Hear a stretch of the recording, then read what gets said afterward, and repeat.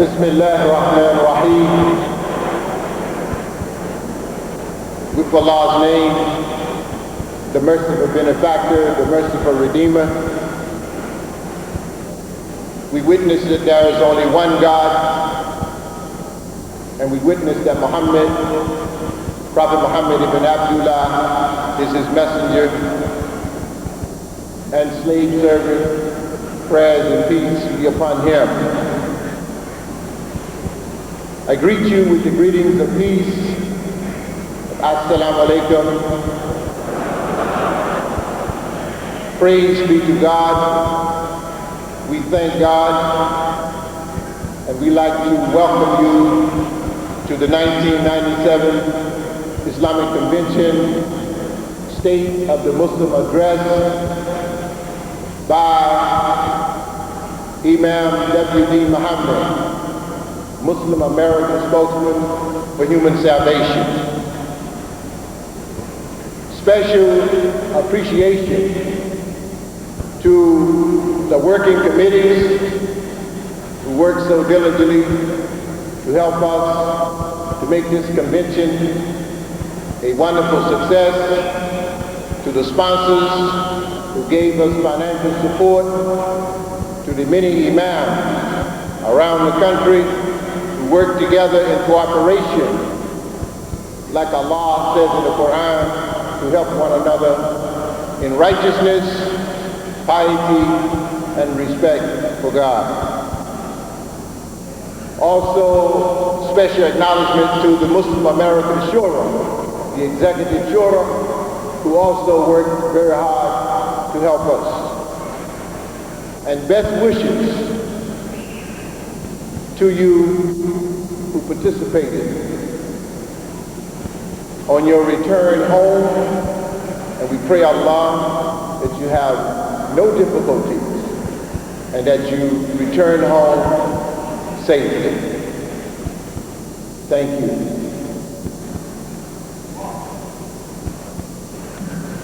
Assalamu alaikum. I'm going to call Imam Qasim Ahmed Houston to do the Al-Fatiha.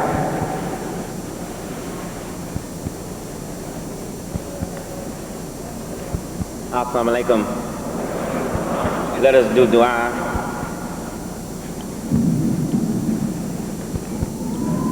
أعوذ بالله من الشيطان الرجيم. بسم الله الرحمن الرحيم.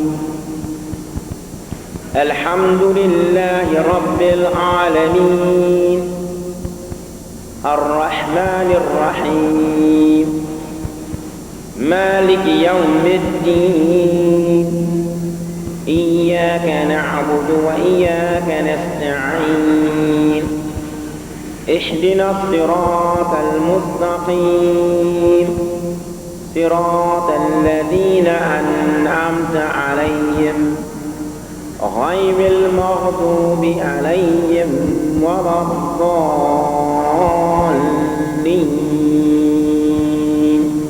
آمين. With the name Allah, the merciful benefactor, the merciful redeemer. Praise be to Allah, the cherisher, sustainer, guardian, devourer of all worlds, the merciful redeemer, the merciful benefactor. You alone do we worship, and you alone do we seek for help. Show us the straight way, the way of those whom thou hast bestowed thy grace, those whose portion is not wrath, and who go not astray. Ameen. Assalamu alaikum.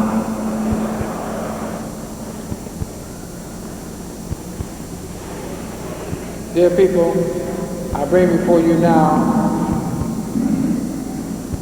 Dr. William Baker. He is the founder of an organization called Camp Christians and Muslims for Peace. Dr. Baker.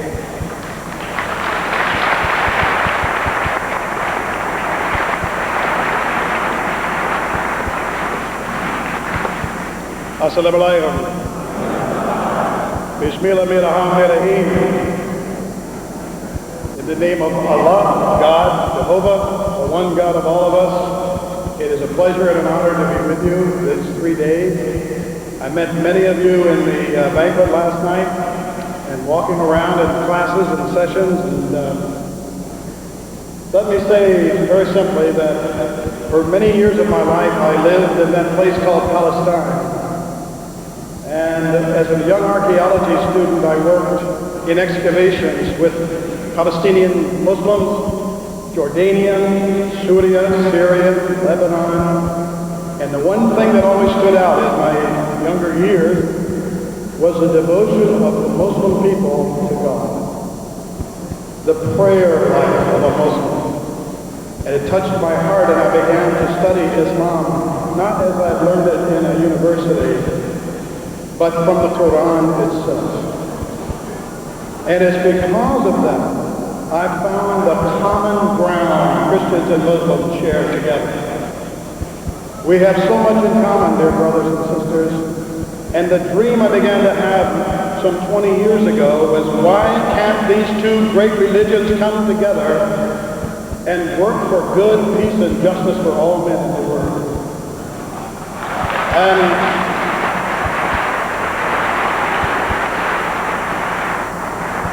God laid that right on my heart and said, you do it, Bill Baker. That's your mission. It's not a small mission. I've been on talk shows where the hosts were upset with me by just when I walked on the stage. They said, what are you trying to do? You really believe peace between and Muslims and Christians working together? Why don't you have a bigger project than that? I said, with God, all things are possible. And let me introduce you. And that is exactly how Dr. Robert Schuller and I met. And that is a wonderful ministry, a man of love, a man of God. You've seen him, you've heard it, you're going to hear him. And also Imam W. Mohammed. I began to dream, what if these two men could ever come together?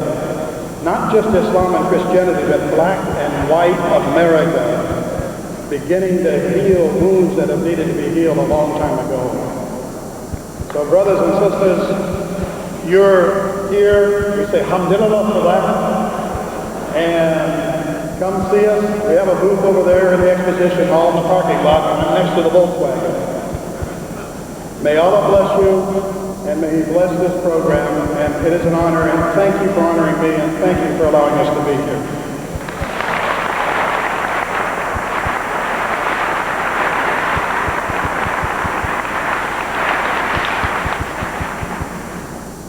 At this time, we're going to bring before you Imam W. Mohammed, who will introduce to you and present to you and all of us Dr. Schuller.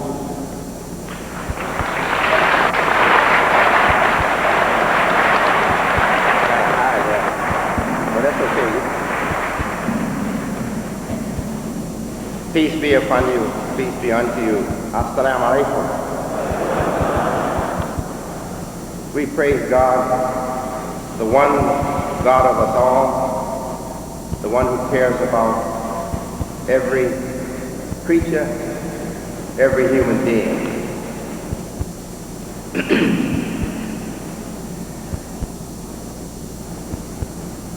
You might be aware of this, many of you, because I have made this statement before a Muslim audience in our association before. I watched the Hour of Power for a long time, over the years.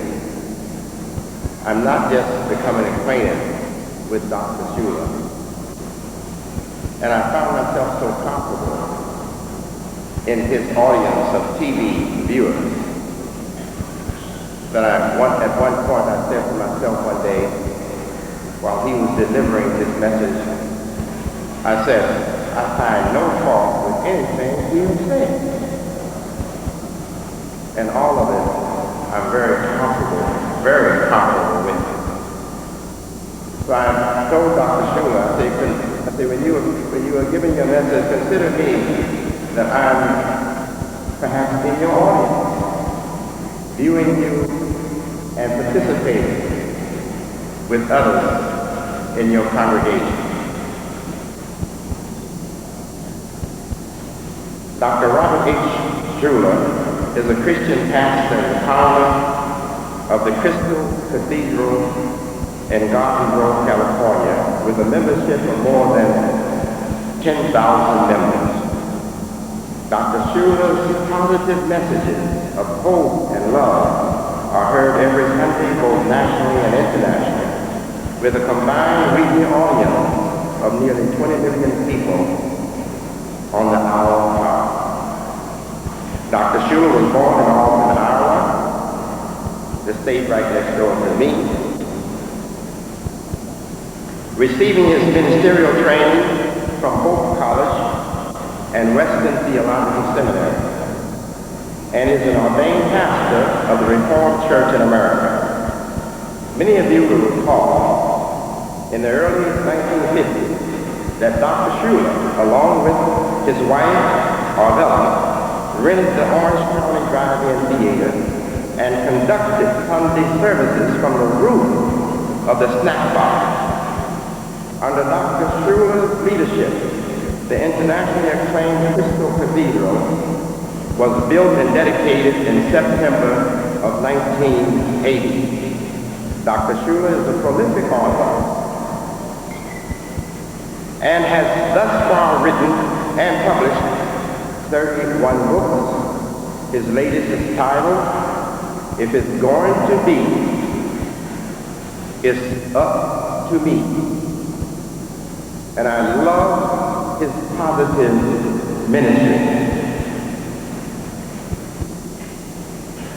Of vital importance to us, upon hearing of the good work of Dr. William Baker, founder of Christians and Muslims for Peace, Dr. Shula offered to assist Dr. Baker in promoting peace, tolerance, and understanding between the two largest religions in the world, Islam and Christianity. Dr. Shula has been the recipient of numerous awards, including 6 honorary doctorates. It gives me great joy, and it is my personal privilege to introduce to you a man whose vision of the coming new century includes the coming together of Christians and Muslims for peace, a fellow believer in the one God of us all, the one God of all men, and a man I call friend, my friend, Dr. Robert A. Shula.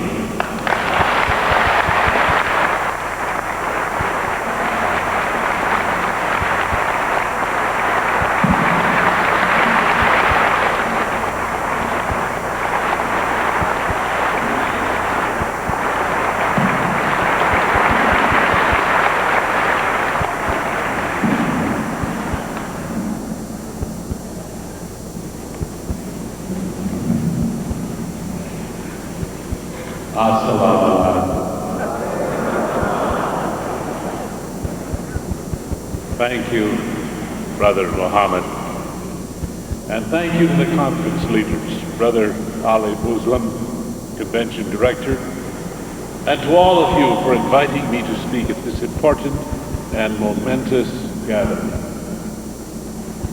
I will be 71 years old, but this will rank as one of the most honored invitations I have received in my whole life, because I know it comes from God.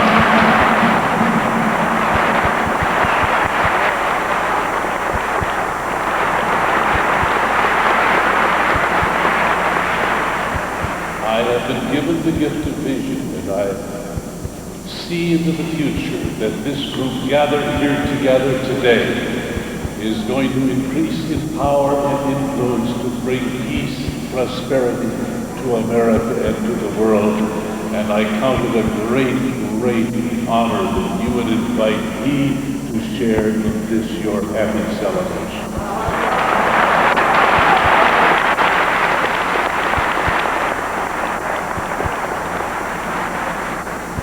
Let me read from the Holy Quran, Surah 2:177. It is not righteousness that you turn your faces toward the east and the west, but righteousness is this, that one should believe in God and the last day, and the angels, and the book, and the prophets, and one who gives away his wealth out of love for God to those in need in his own family, and the orphans, and the poor, the wayfarer, and to the beggar, and for the release of the captives, and those who deserve prayer, and those who make a promise, keep it, those who are patient in times of adversity and hardship and in times of conflict. These are the righteous. And it is these who believe in the Lord. End of quote. And now I'm looking at you.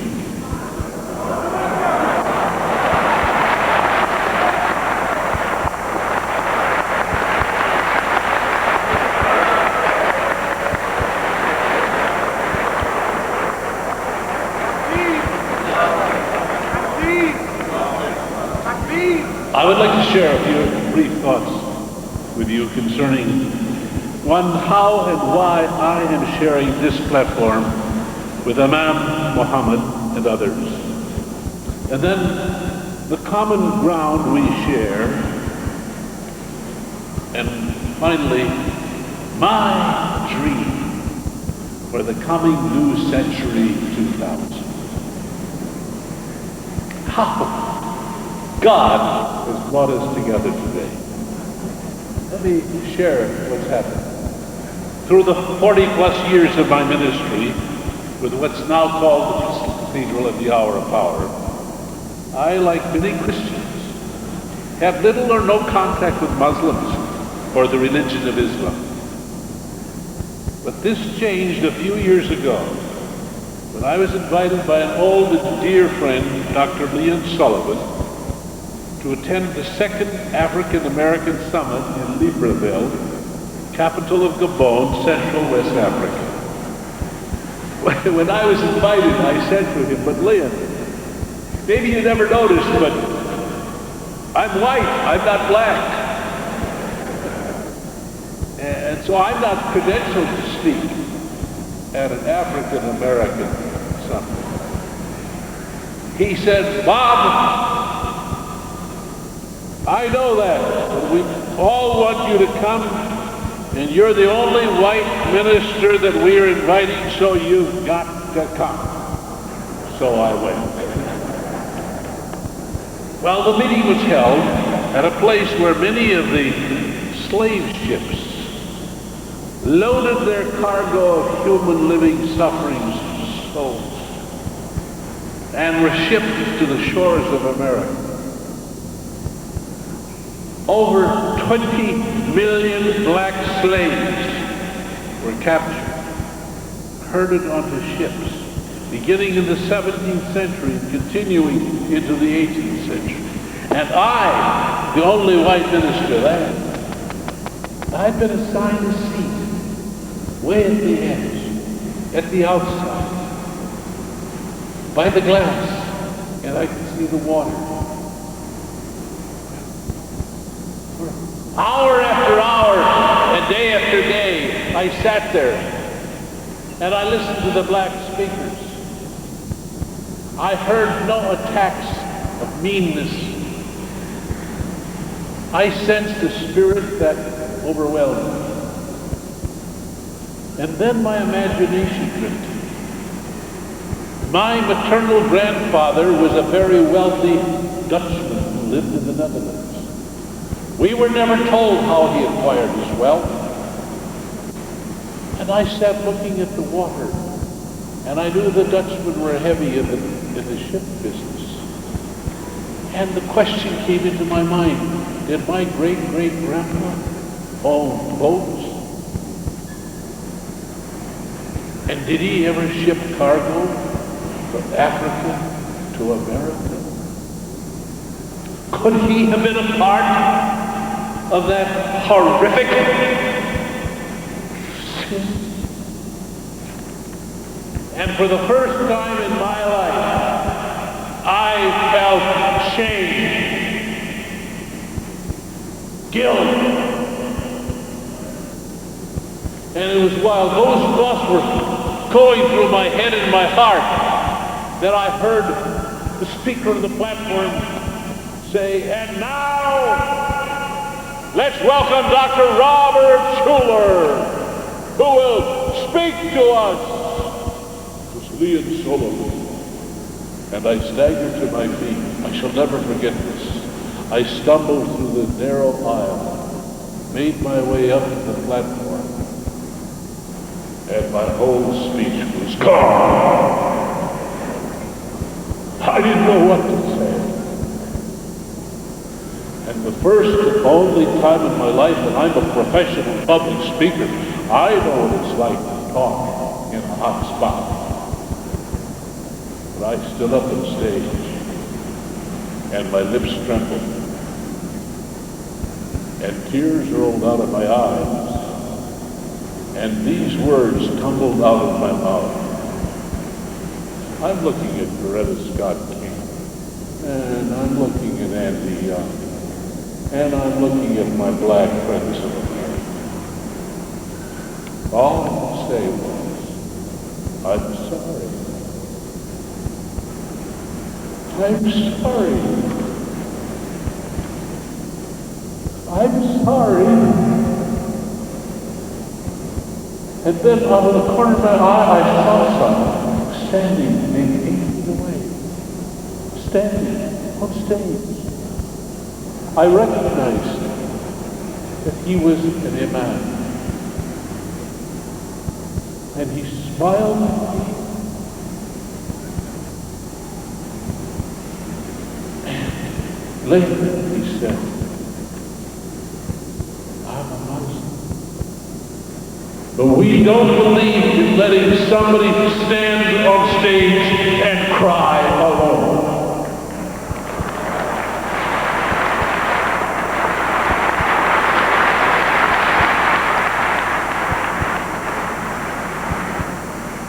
That was a defining moment of my life. There are these defining moments when we have an experience that we didn't plan. We didn't set it up. It happened. And we would forever be changed.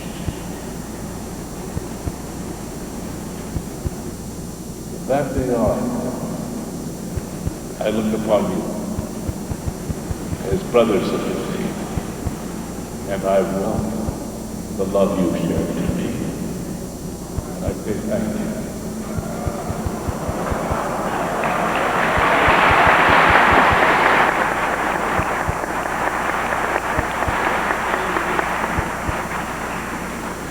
Let me now comment on the common ground that I sense we share. I am informed, I am knowledgeable, I understand your faith, I understand my faith. And I have been trying for 28 years on a television program that goes around the world to focus on what I really believe. And I know what you believe. And I know what I believe.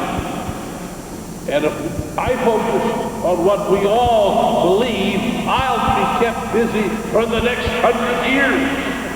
I have no time to talk about what might separate us. I see my ministry as an obligation and a responsibility to feed believers in God without offending them, but really nurturing them. And I want to say that this is what I see as our common ground. First, we believe in and are submitted and committed to the same God, the God of Abraham, Isaac, and Ishmael. The God who created us and the world we live in, as revealed in Surah 7:54. Let me read it. He it is who created for you all that is in the earth. He directed himself to the heavens. He made them complete between heavens, and he knows all things. We believe in God. No difference. Me. The common ground we share in the 5 pillars of faith. I share Shahada, or witnessing. We too are commanded to share our faith with the world, as Jesus commanded Christians in the Gospel of Matthew, chapter 28, verse 19 and 20. We are to be bright lights in a dark world. We're to be lighthouses on the rocky shore of this sinful world. Go, Jesus said, make disciples of all nations, teaching them to obey everything that I have commanded you.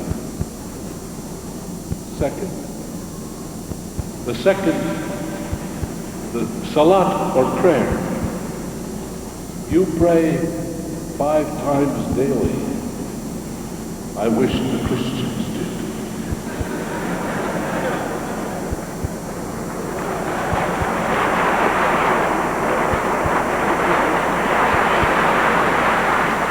We are admonished, the Christian is admonished to pray continually.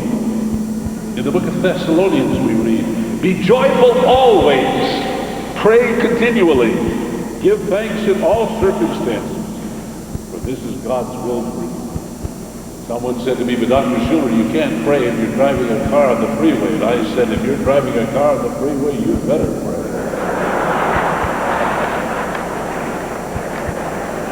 Number 3, psalm or fasting.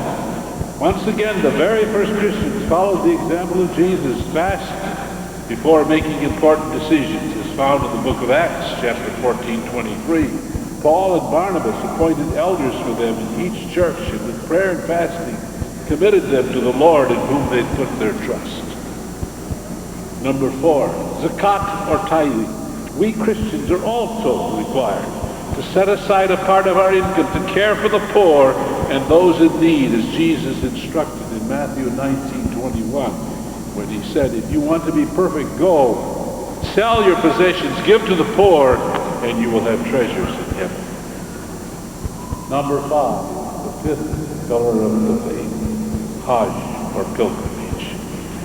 I think every sincere Christian wishes that one day he could visit the Holy Land and walk in the footsteps of Jesus. Finally, there is this common ground we share in the reverence for Jesus. It is his Spirit that makes this one here today. I was astounded only to learn about 3 years ago, at the age of 67, I was astounded to learn that the Quran contains the story of Jesus, his virgin birth,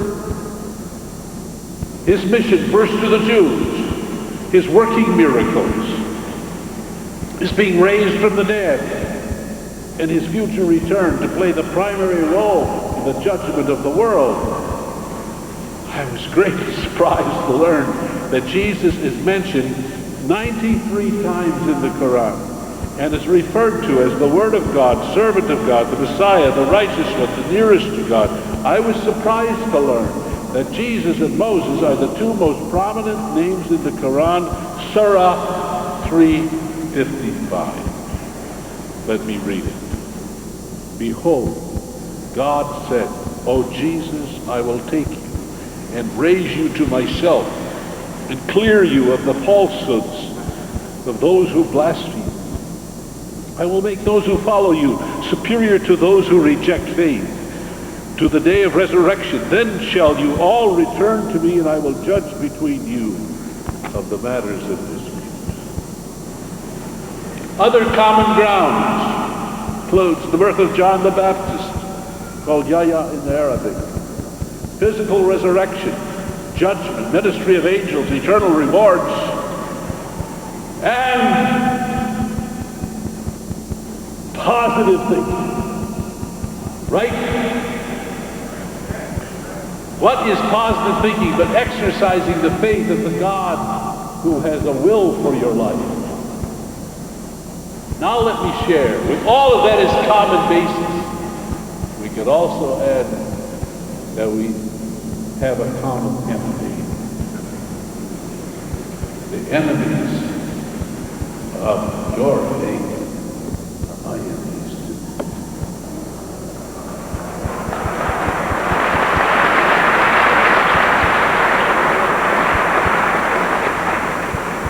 And the enemies of my faith are your enemies too.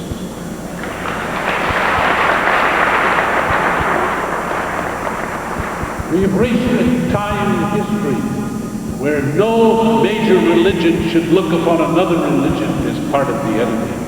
But we should look upon the cold, calculating atheists, the non-spiritual secularists. They are the real enemies that would turn us from belief in the transcendent God of all creation.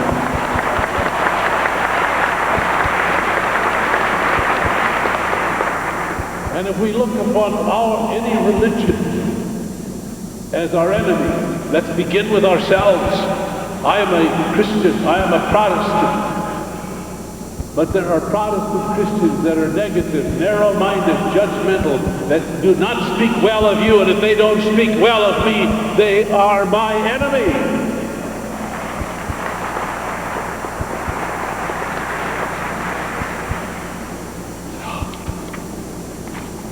Let me now share with you my dream.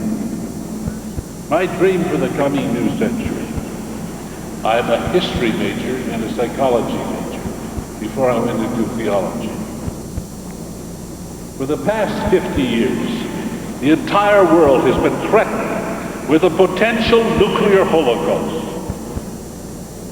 Something we endured was called the Cold War. Communism versus capitalism, the Soviet Union versus the West. Now the Iron Curtain has disintegrated. Nations throughout the world are embracing independence and self-determination. All dictators and totalitarian regimes are fast becoming anachronisms, swept up in the dustbin of history. Perhaps the single most important question of the hour is, now that the old enemies and hostilities are gone, what or who will be the new antagonists in the coming new century? Whatever or whoever it may be, let us here dedicate ourselves to promoting peace, understanding, and tolerance, first of all between us, Muslims and Christians, for the new enemies for the new century must not be Islam and Christianity.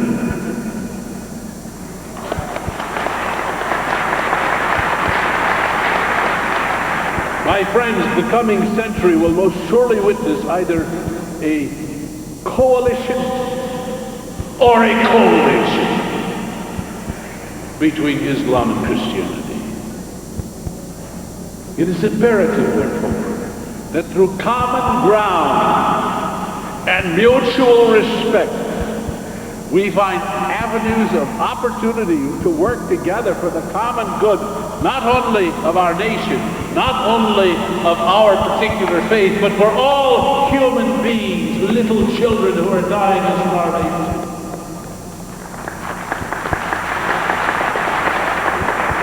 True believers in God must learn to come together as partners in peace.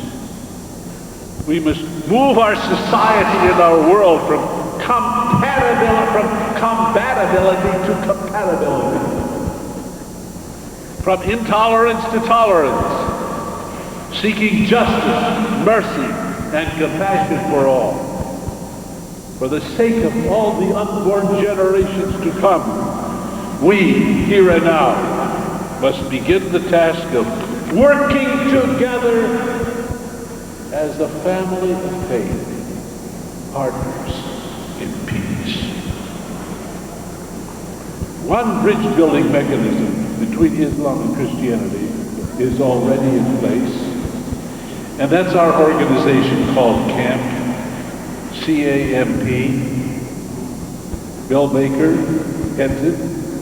We are building bridges throughout America and the world, starting camp chapters in major cities where the needs are great, where the poor and the dispossessed face daily struggles. Men and women, Christians and Muslims, are holding clothing drives, food cupboards, preparing hot meals in each other's homes for the homeless shelters in our cities. I hope each of you will visit the camp booth here to meet Bill Baker and learn more how we can work together for the good of our fellow men. When I was ordained as a Protestant minister 47 years ago, in the morning prayers, I opened the Bible, and it fell open to a text that you believe in. This is part of your word. Isaiah chapter 58, verse 12. You shall be called the repairer of the breach, and the restorer of paths to dwell in. Oh, how it grabbed my heart. I've been trying to live it 47 years. It's not easy. For even the man who reaches out to create peace may be offended. He may be struck back. Peace is often misunderstood. But you and I shall be called the repairers of the breach and the restorers of paths to dwell in. Yes, I have a dream. My dream for the next century, that positive people must and will find each other and help each other to create caring communities of caring friends. Yes, I have a dream that Muslims and Christians will forget their labels because they'll be so enthused and excited and energetic as they share the dream of building a more beautiful community on the sidewalks and in the houses, building families. I applaud your movement for the way you strengthen and support the family. I have a dream that regardless of our religious label or our politics, we will become the people of faith. And people who meet you or people who meet me will begin to believe in themselves. And they'll begin to believe in God. And they'll begin to see and celebrate the possibilities all around them. It is wonderful if you really become a believer in God. You know that God believes in you, even if you don't believe in Him. And God gives you dreams of something you never thought were possible. In my language, I say, you become a possibility thinker now, not an impossibility thinker. I could check you out as I do with many people. Are you a possibility thinker or an impossibility thinker? Possibility thinkers are realists after all. We do believe that when you're dead, you're facing your eternity. We are realists. Let me ask you a question.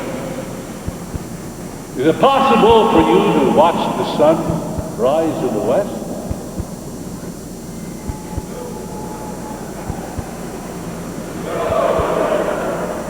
You're wrong.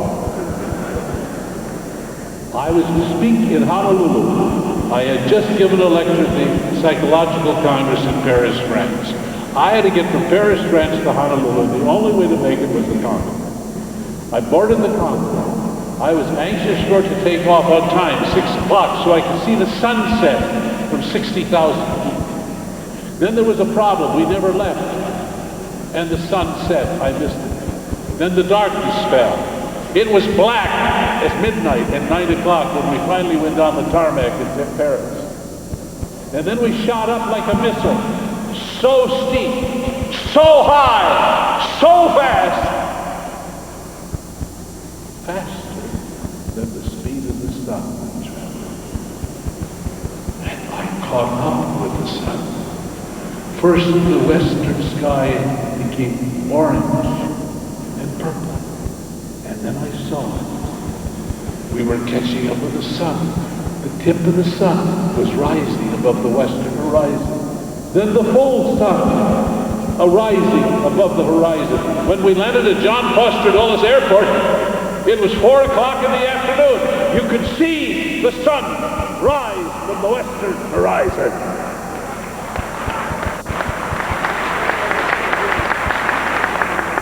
Wipe that word impossible out of your life.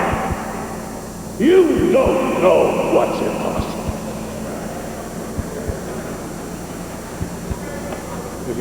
Is it possible for a lake of sweet, fresh water to just slide through the Atlantic Ocean? Just slide through the Atlantic Ocean and never be affected by the salt water that's all around it? You're getting smart. You're saying yes. Let me tell you how. Most people say it's impossible. I saw it happen. An iceberg, and the tip had melted in the sun, and there was a little lake floating on the top of the floating iceberg. A lake of sweet water floating through the salty ocean. Say another one. You become the donor. Your heart is given to someone who would die without a heart. Possible for you to call up and say, how's my heart doing in your chest?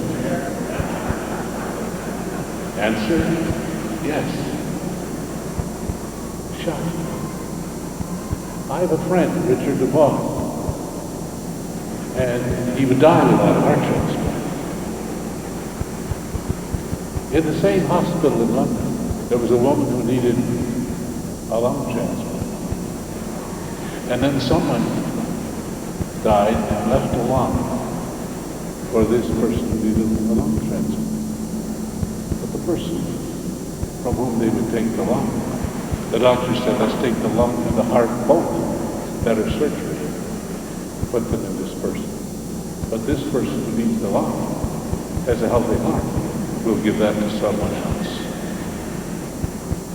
What they call the domino effect. The world is filled with grand challenges that you and I face together as Muslims and Christians.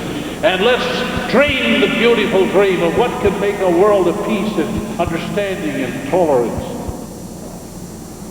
We just think bigger. Believe.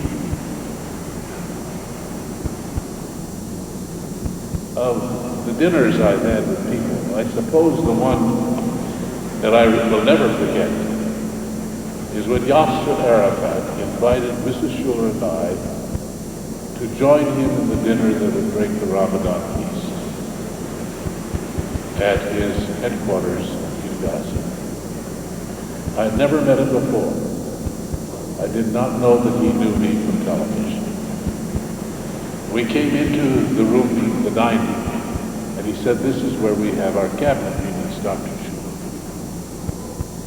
And I want you to see three things on the wall, there, there, there." So there, that is from the Quran. I'm a Muslim. And we are to be peacemakers. That is from the gospel, Jesus. And that you recognize the 10 Commandments of Moses. Dr. Schuler, I don't think you will ever again be invited into a place which is the cabinet of a national government, and we consider ourselves that, even if the rest of the world doesn't, where you will see 10 Commandments, Augustus. And we begin it in prayer. He looked at me with eyes that I shall never forget, took my hand and held it. He said, I used all my life, he didn't use the exact words, but this message that came was, as he held my hand, softly, tenderly, God loves you, so do I. The Quran,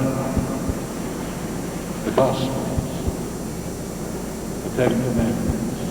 This is the foundation on which positive civilization can be built. Look around you wherever you're going. Look for challenges.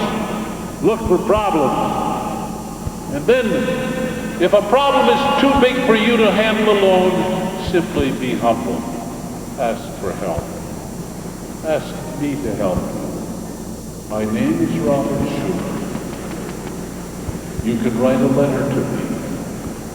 I will get it. Can I help you? You are my brother. You are in my family. The first thing I want to give you is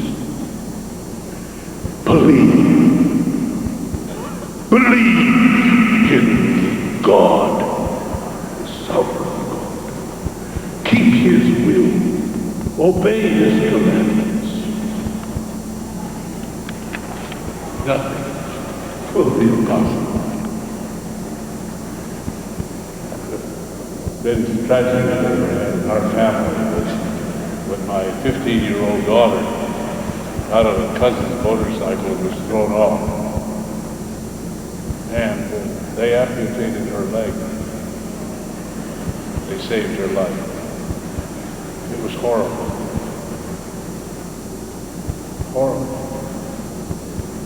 Today she's married. She has 4 beautiful children. Wonderful husband. And she has prostheses. She was our athlete. She played in the girls' softball team. She was great. 7 months in a hospital. But finally the infection cleared up and they let her go home. She wasn't home long. They were signing up the girls for softball again. And she said, "Dad, I'm going to sign up for softball again." I said, "Carol, you can't. You've only got one leg. Be realistic." Oh, she said, "I checked the laws, and the national laws say they can't keep handicapped kids out. So they got to pay me." I can always carry the bats, the balls. So, not enthusiastically, but obediently, I took her to sign up on a Saturday school, and she got her uniform. I watched her limp all the way back to the car. I mean, she walked like this.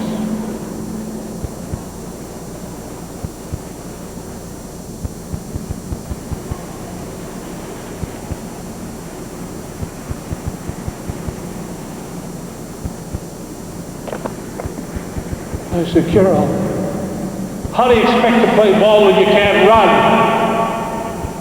She said, "Dad, I got that all figured out. I got that all figured out. You taught it to me. Never look at what you have lost. Look at what you have left."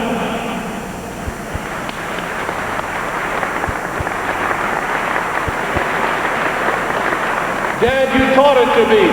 You said, turn your scars into stars. Dad, I had that all figured out. I got arms left, I got a chest left, I got a leg left. And I'm going to build the muscles. And she got up every morning and she went to the fitness center and she built the most strongest muscles in arms, forearms, shoulders, chest, and back. Because she said, Dad, here's my plan.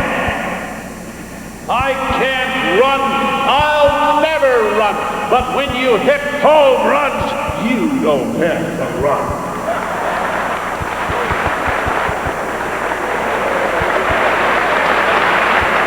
Well, that's where I'm coming from. And I'm looking at people. And you remind me of my daughter. You got the spirit. Thank you very much.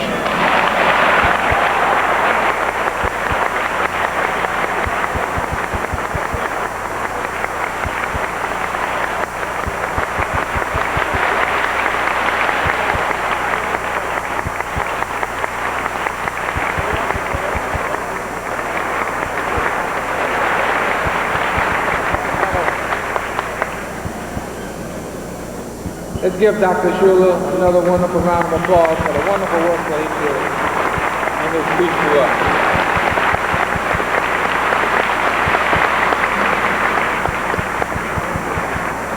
Takbir! Allahu Akbar.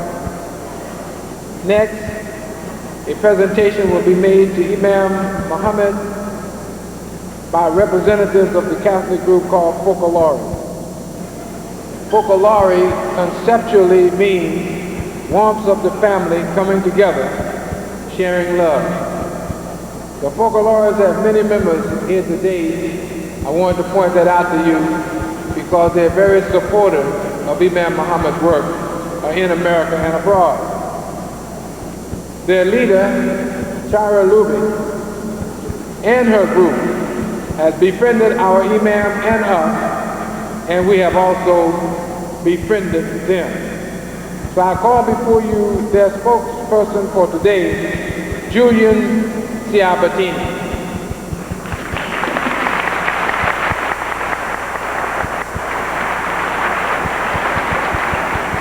Salam alaikum.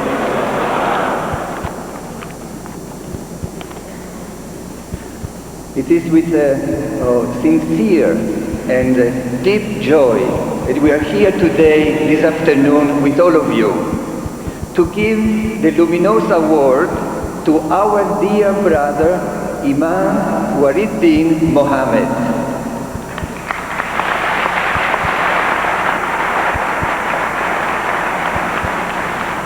The Luminosa Award is given to people who have done outstanding works for unity. You might ask, why an award for unity and not for something else, like science or philosophy? It is because the Focolare purpose from the very beginning has been to work and live for unity. At first, since the Focolare started in Italy, we thought we had to work for unity only among Catholics. But in the late 50s, we spread in Europe, and for the first time, we came in contact with Christians of different churches. Then, in the 60s, we spread further, reaching South and North America, Asia, and Africa. And in these continents, we met people of various faiths, mainly Jews, Muslims, Buddhists. And each time, in Germany or in the Cameroon, in Korea or in Argentina, whether we met a Lutheran or an Orthodox, a Jew or a Muslim, we would encounter the same reaction. We too need this life of love and of unity. In 1977, our founder and leader, Chiara Lubich, received the Templeton Prize for her work in promoting religion and fostering unity among all people. And in 1996, she received the UNESCO Prize for Peace Education. But then, in 1997, we have seen real miracles happening. I'm referring to our common history, a history that none of us would have dared to even dream just a year ago. But nothing is impossible for God.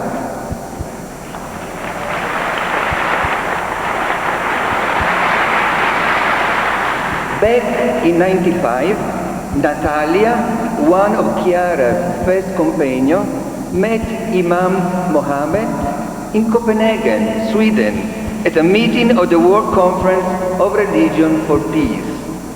She then encouraged our people in Chicago to get in touch with him. And in the spring of '96, he paid a first visit to one of our Focolare houses in Chicago. It was a beautiful, fantastic evening. Then, last September, Imam Mohammed took time from the annual Islamic Convention, which was held in White Plains, to come to visit Luminosa, our center in Hyde Park, upstate New York. It was my first encounter with him, and I was so impressed and touched by his humility, his openness and warmth and depth of heart. When they left Luminosa at that time, we all felt a longing to meet again, but we didn't know when it would happen. But God knew. And we didn't have to wait too long though, because a few weeks later, Imam Mohammed was in Rome with Cardinal Keeler and others to meet with John Paul II. And myself and Sherry as well happened to be in Rome the same time. At the end of the week, Imam and the others came to visit our international centers near Rome, Castel Gandolfo. And on that occasion, he heard of Chiara's Lubich planned trip to New York for May '97. So he invited her to speak at the historic Malcolm Shabazz Mosque in Harlem. Chiara was very happy for the invitation and said yes immediately. And May 18, for all those who were there may remember, it was indeed and will remain for all of us an unforgettable historical day.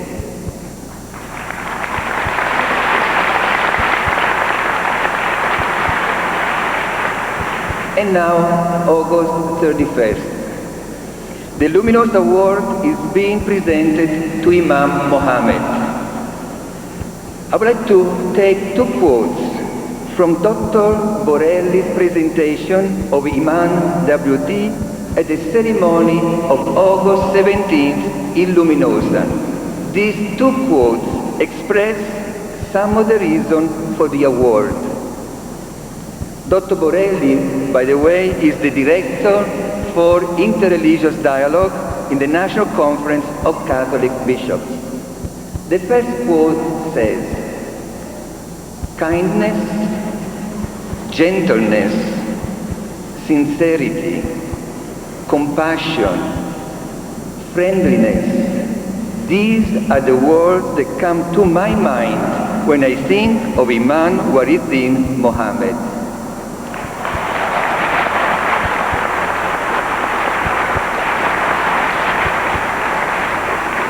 And the second quote, we are truly grateful that through his teachings and actions, Imam Mohammed has been an example to us and with us in manifesting our unity.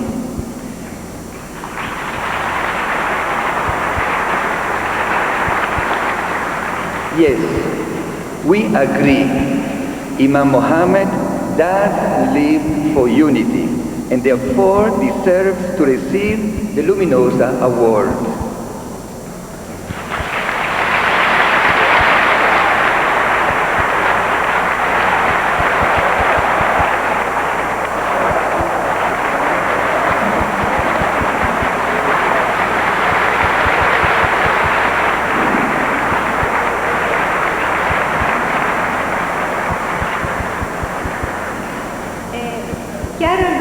Always taught us that dialogue means to know one another, that it has to be a mutual gift, and moreover, that we need to live what we believe and share the experiences of this life.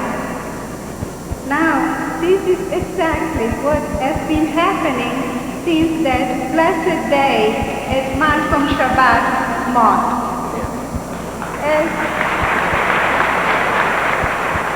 Even now, as I look at this beautiful crowd, I see so many faces of people whom we know and with whom we want to continue to work. And I want to tell you, Imam Mohammed, that the whole Focolare family all over the world knows you and carries you in their hearts. And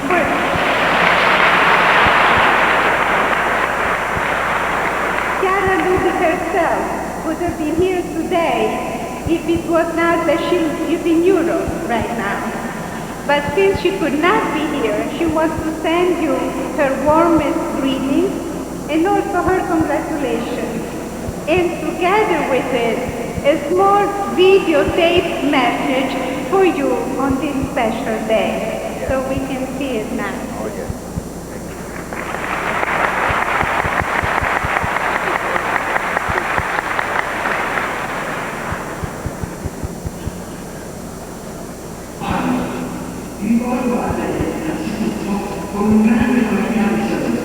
Dear Imam, first of all, I want to extend to you my warmest greetings.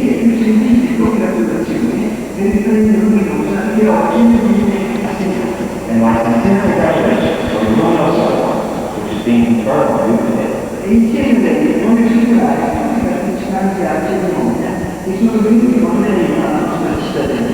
And I want to assure you that all those who are contacting you are well enough to participate in this ceremony.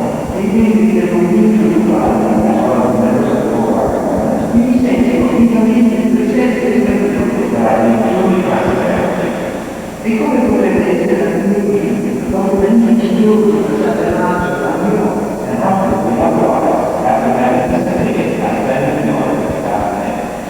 A lei è un uomo, ma è un figlio di Imam Mohammed, you have my heartfelt thanks.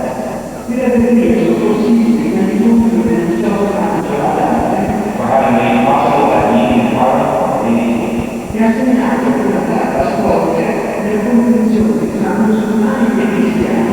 which was an historic milestone for Muslim Christian understanding, and not only for the United States.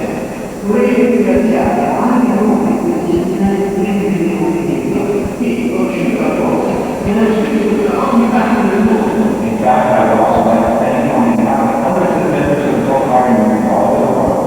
They have been done that first.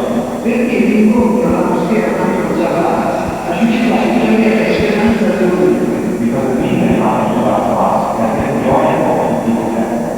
In Israel, among our Muslim and Jewish friends. In Pakistan. In Italy. In Argentina. In Argentina.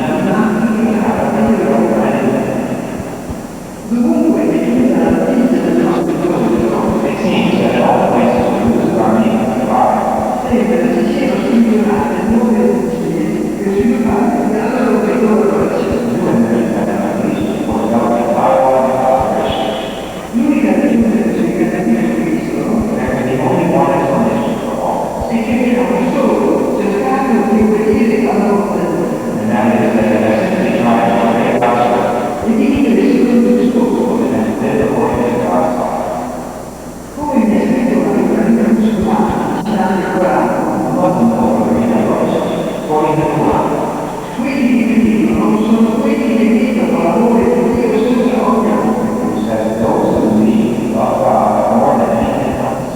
Questo sarà il credo del terzo impegno. Amore di Dio che conduce il Dio. Sì, carissimo fratello Mohammed. Il fatto che abbiamo fatto nella moschea quando Sabat e che oggi voglio rinnovare con lei spinge noi e migliaia di persone con noi a impegnare tutte le nostre forze e le nostre stesse esigenze per fare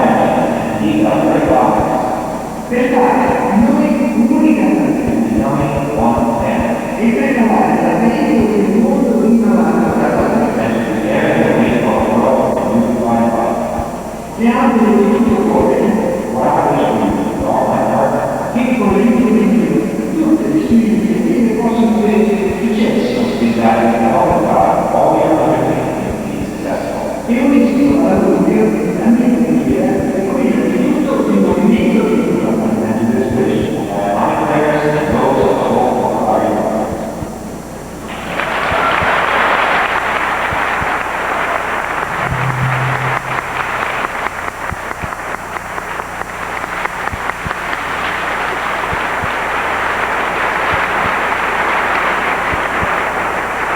We too, with Chiara, want to renew the pact with Imam Mohammed.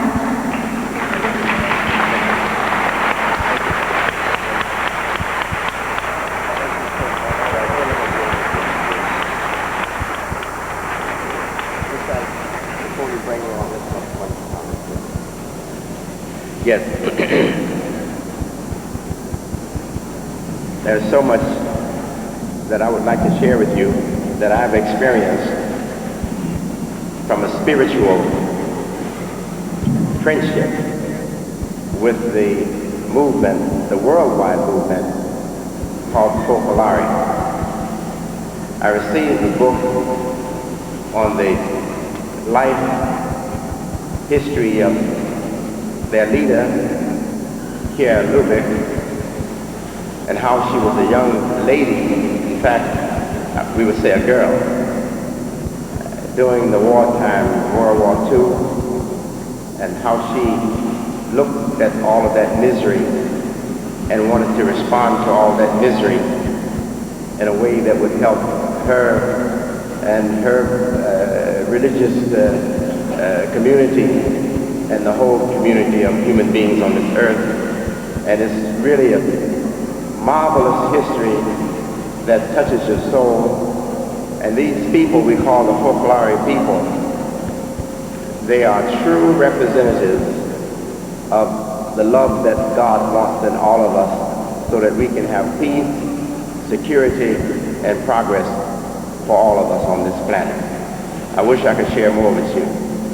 I want to send that message to the president, to the leader of the Focolare movement, that I have had that experience, and I wish for more opportunity for them to meet more of us so that all of us may have this very special opportunity to witness real Christian love and work for unity and peace. Thank you.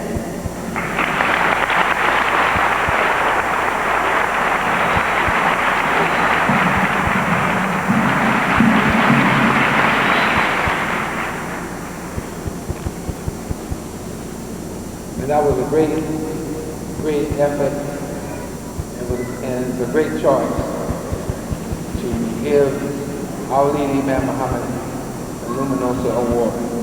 Next, we're going to call back to the podium Dr. Schuler, who's going to introduce our leader, Imam W.D. Mohammed. Dr. Schuler.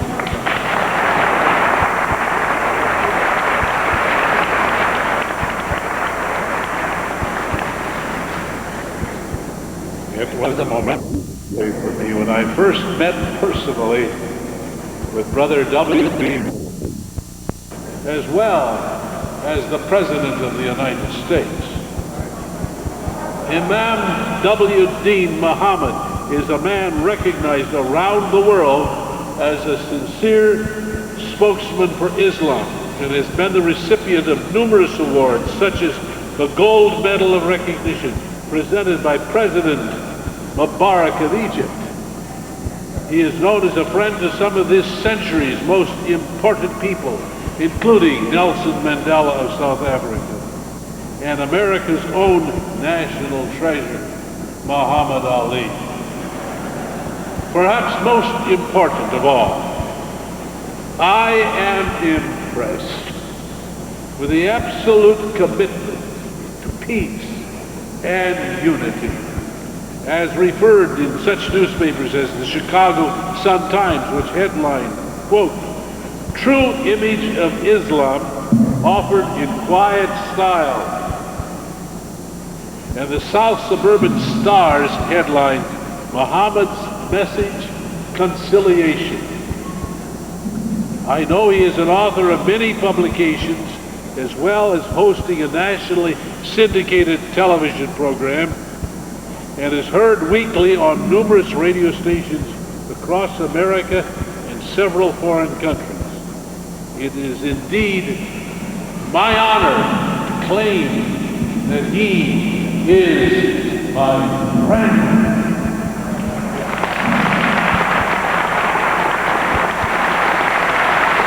And a personal pleasure for me to introduce to you now one of the great spiritual leaders of the world and America, Imam W. Dean Mohammed.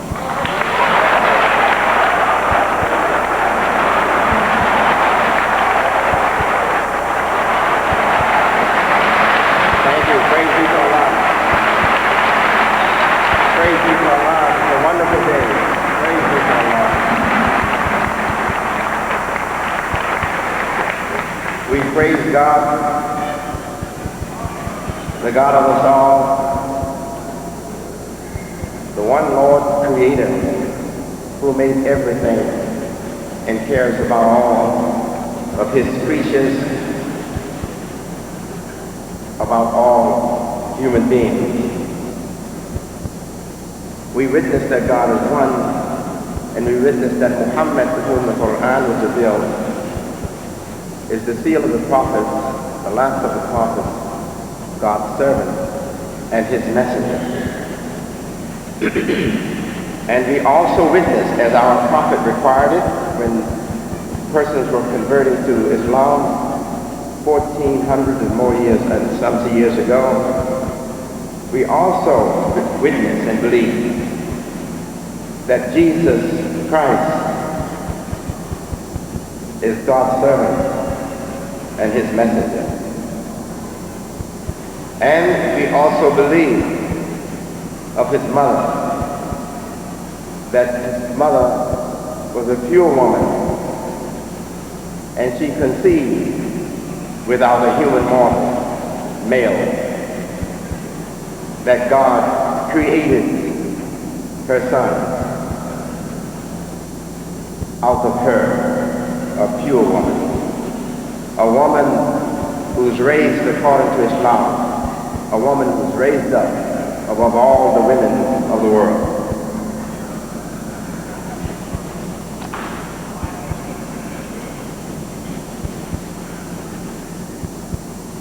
An address on the state of Muslims for this Islamic convention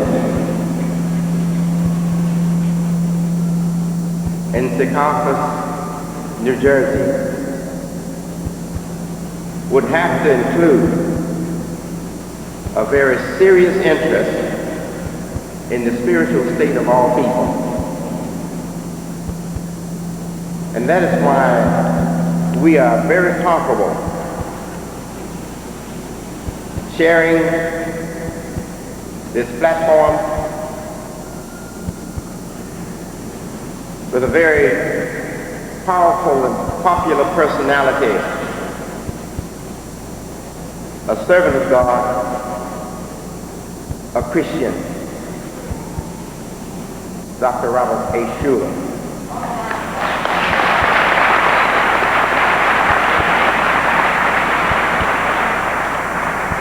And again, the same explains why we're so at home with our very honorable guests, the representatives and members of the folklore movement.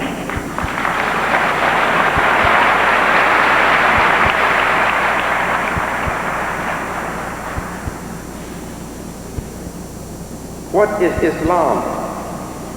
The prophet was asked that question. And his reply was, Islam is to believe in God. To believe in God. To witness that there is one God. And he said Islam is to pray to that God. And he said Islam is to give in charity. And he said Islam is to fast the month of Ramadan, the month in which the Quran was revealed to Mohammed 14 centuries and some years ago. And he said that Islam is to visit the house. The house is the house built by Prophet Abraham upon the prophets be peace, and his son, who's also a prophet, called Ishmael in the Bible, Ismail in Arabic language. Ibrahim, the prophet Ibrahim and Ismail built that house. It was a house built for the worship of God, the one God, a house built for all people. Allah says in our holy book that it is a house buniya linnas, built for all people. Buniya linnas. That house was not built for blacks or for whites or for reds or for browns. That house was built for humanity, for all people. The house wasn't built for Muslims as such. The house was built for all people. It is a sign, it is a house that serves the human life of all people. God says any person, any human being, the nas, the people at large, will find in that house great benefits. And it is a place of security and peace. Security and peace. This is our religion. Our religion doesn't say that all of this started for a particular people. It started for all people. For all people. And God says of the Quran that it is not the guidance for one people. It is Hudan linnas. It is guidance for all the people. And I'm only using these Arabic terms for those who speak Arabic and know Arabic in the audience, and we do have some. And usually those who speak Arabic and know Arabic in my audience are those that are quick to misinterpret what I say. So that's why I use some Arabic also. It shouldn't be that way, but it is. I think it's a language barrier.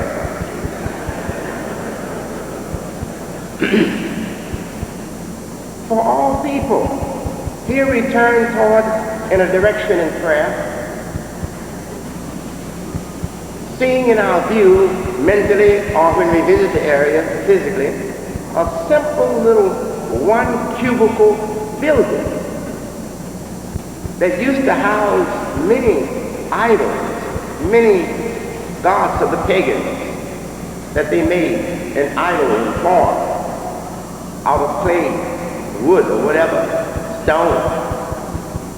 But now it is clear and empty. As Abraham cleared the house of false gods, our prophet Mohammed cleared that house of all the false gods that the pagan Arabs had put into that house. So now there is nothing on the inside. It's empty. It is an empty house. It's empty on the inside. Only air is in there. It's empty on the inside. And there's a small cubicle place, a small cubicle that we call the home.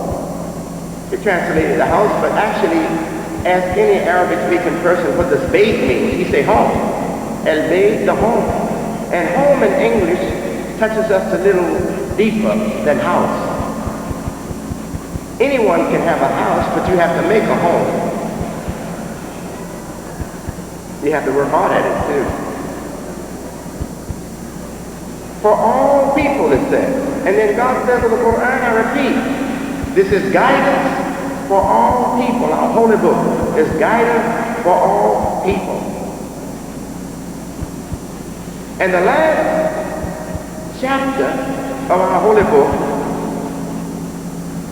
reads, it's a prayer really for protection, for God's protection from the evil one, the Satan, and his evil subjects that obey him. It says, say, I seek refuge, a place of safety, with the Lord of all people. With the Lord of all people. With the Lord of all people. So here is our holy book, beginning with these words. This is guidance for sure. It is guidance for sure. For any who will respect God, who reverence God, for any who reverence God. And it goes on to say, give other characteristics of this particular type of person. And I find those characteristics in good Christians and in good Jews too.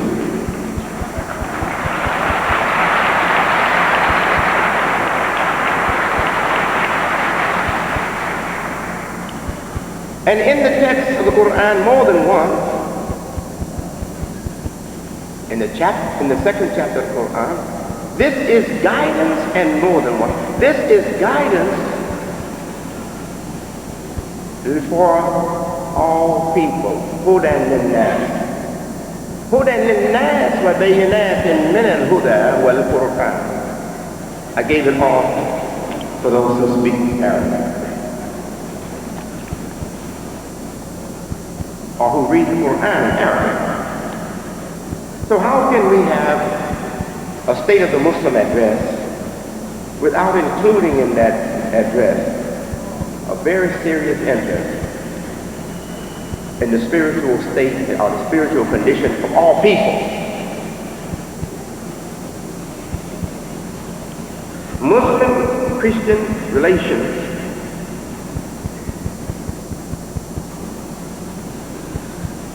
began, as I see it, with Prophet Mohammed and his time of trial and suffering, 14 centuries and almost 20 years ago. That time saw Muslims receiving political asylum, a place of refuge, a place of safety, from the Christian head of the country we know today to be Ethiopia. Muhammad the Prophet, upon him be the prayers and the peace, sent a small group of followers as an envoy to seek refuge and protection from the murderous hands of the pagan Arabs of Mecca. When Allah missioned Muhammad the Prophet to be his servant and his messenger, a mercy to all the world, there were no people calling themselves Muslims on this earth. Remember that. I don't care what Minister Farrakhan tells you. Remember that. There were no people calling themselves Muslims on this earth. They didn't know that name. That began with the preaching of our Prophet Muhammad, that people started to call themselves Muslims. Now, we have to take that name seriously, because as Muslims we are told that every human being is Muslim. The word means wanting peace and wanting to be at peace. And we know that you can't have that peace until you find your peace with your God, with your Maker, with your Lord, with your Creator. So that's what the word is all about. But the one who accepts the peace with his God, he automatically then is in a condition to work for peace with his fellow man.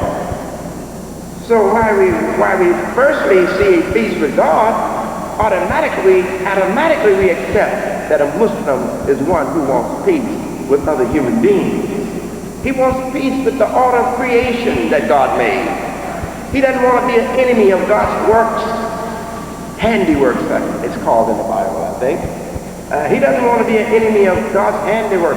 He wants to be the friend. He wants to be at peace with God's handiworks, the whole creation, everything in the heavens and everything on earth. This is a Muslim. This is what Muslim means. Now, if Muslim is the identity that is inherent or in everybody, us and everybody, then we can understand why God doesn't address us all the time Muslim, Muslim, Muslim. But he addressed us all the time believers, believers, believers. How many times have you read the Quran, any part of it, where God says, "Oh Muslims"? Very, very rare. But God says, "Oh believers." Allah with the Quran, with the message of the Quran, he wants us to know that he has believers in heaven who were Christians, who were Jews, and who were others. They're in heaven. And he showed it to our prophet. He showed our prophet the heavens. And our prophet said he saw Christians and Jews in the heavens.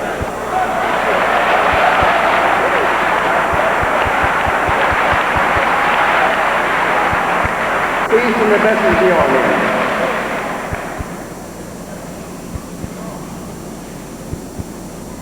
Praise be to Allah. So he sent a group of followers to get help from Christians. This is the beginning of our knowledge of how Muslims should have good, friendly, brotherly ties with Christians. Here is the persecuted following, very small. The prophet only had a very small number of believers with him at that time. Seeking, in fact, they were sent by him. He sent them to Ethiopia, called at that time the land of the Habashi. He sent them to Ethiopia to get protection from the pagans. Pagan Arabs, or Arab pagans. I don't know how to put that. I think I should say pagan Arabs. I want to soften it because they're still Arabs and some of them want to be pagan. I'll soften it. Pagan Arabs. Yes. And what happened? Let us continue. They were seeking protection from the murderous hands of the pagan Arabs of Mecca, the native city, native town where our prophet was born. They shared with the Christian heads of the state the Quranic readings on the person of Christ Jesus, upon him be peace, and on the person of the Virgin Mother, Mary, upon her be peace.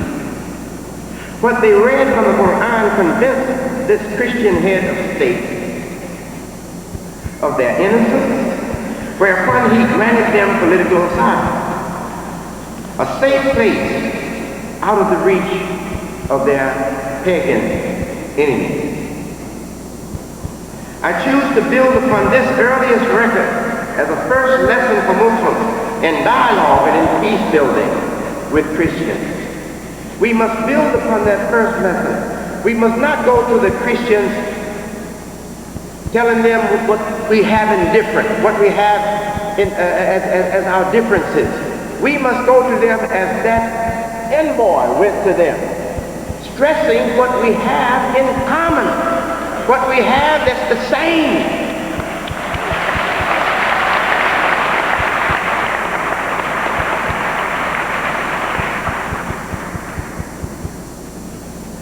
Islam 2000 is the title of a book authored by Murad Hoffman.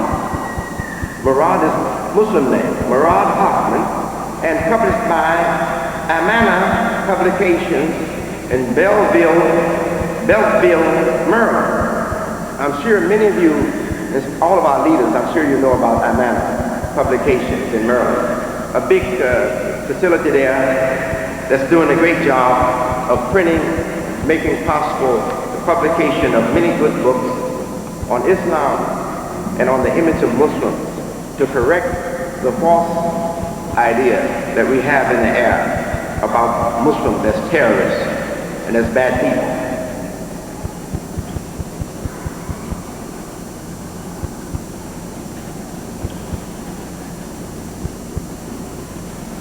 How to Avoid, chapter 6 of this book has a title, How to Avoid Catastrophe and Serve Islam. Now I quote this book from that chapter. We should be appreciative of any effort and serve Islam. We should be appreciative of any effort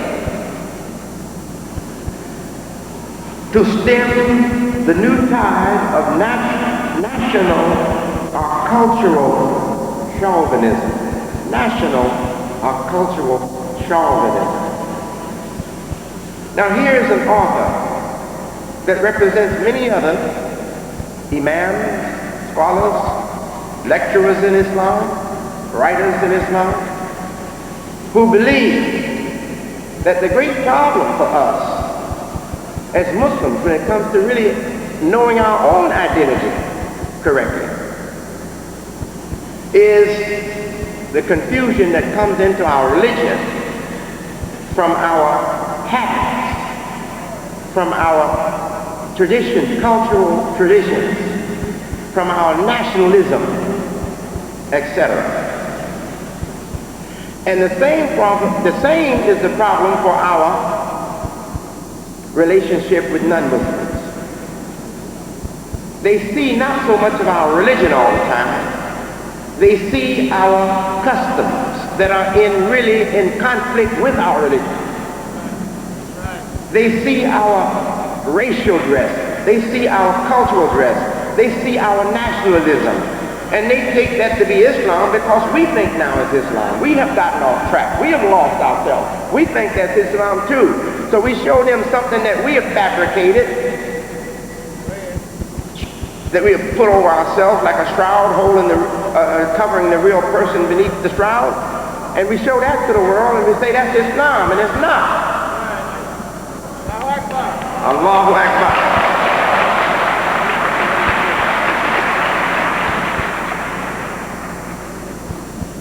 This author goes on to say,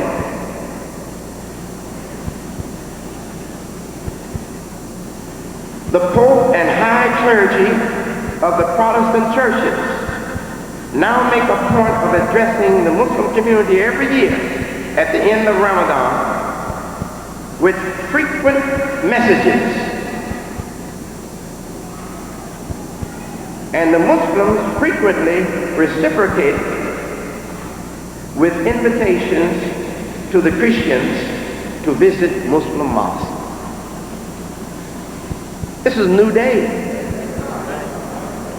In Washington, D.C. recently, during the Ramadan, the First Lady, Miss Hillary Clinton, visited with our Muslims during the time of Ramadan. She was their guest in Washington, D.C. And the President of these United States, for the last several years, before Clinton's presidency,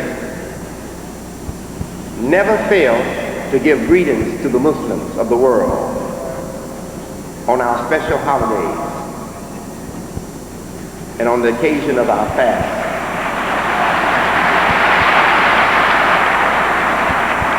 This is a new day.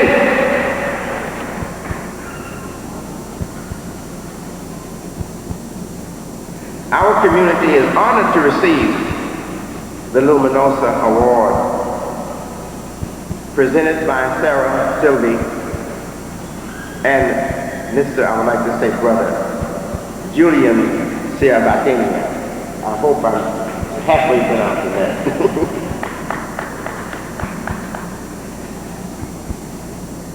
We have had two of their representatives with us, Gary and what's his name? Gary and, yes, that's who it is, yes. We have had them with us since the opening day of the convention. They have been with us. So they are interested to know us better. They want to be among us so they will know us better. And we are interested to be among you, to know you better.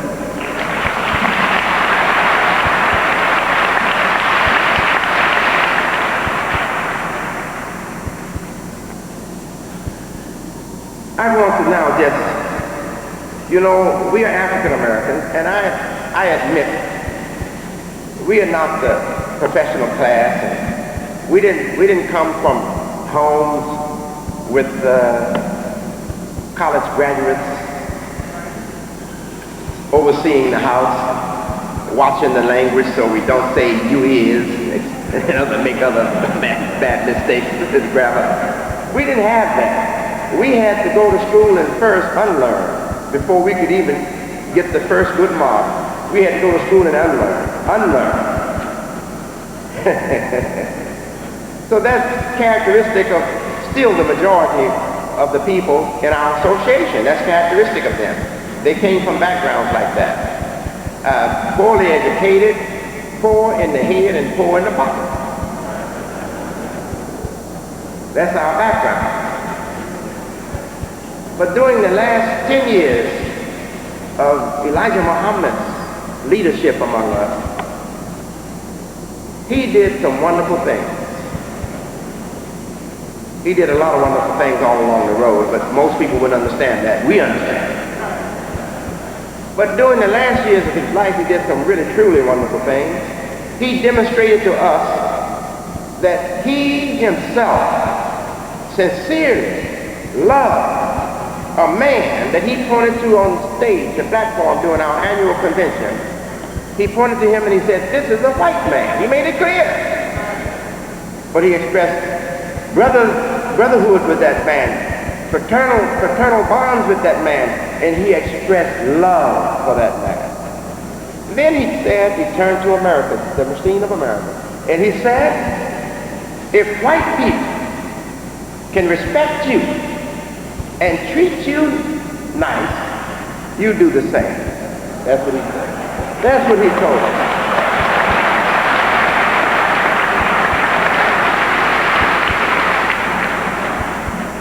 Now, whatever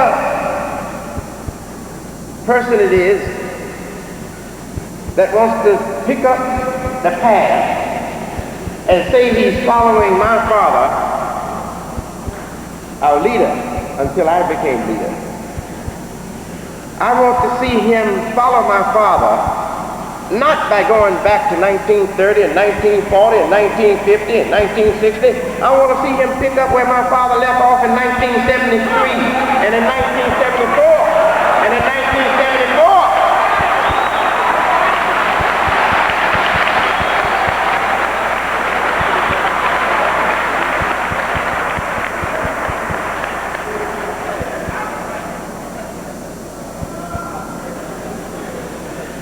I would like to share with you our appreciation for the higher caliber of people that's now joining our ranks. We have many of them. I can't name them all.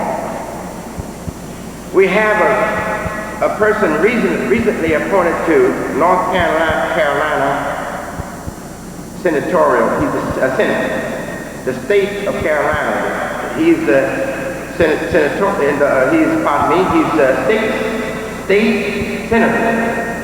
He's a senator, I'm sorry. Representing the 41st senatorial district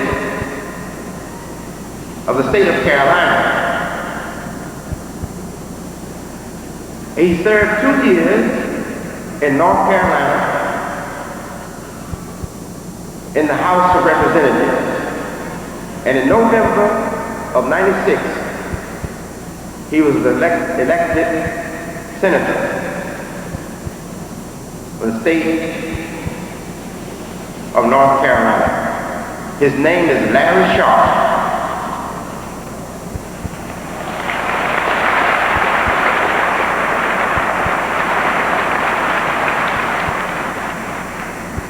We have a councilman who has been very successful politically in one of our big cities of the United States. I don't want to share everything with you at this point. He told me at this convention that he's pretty sure that he's going to run for mayor. And I know him personally. He wouldn't run if he didn't think he could win.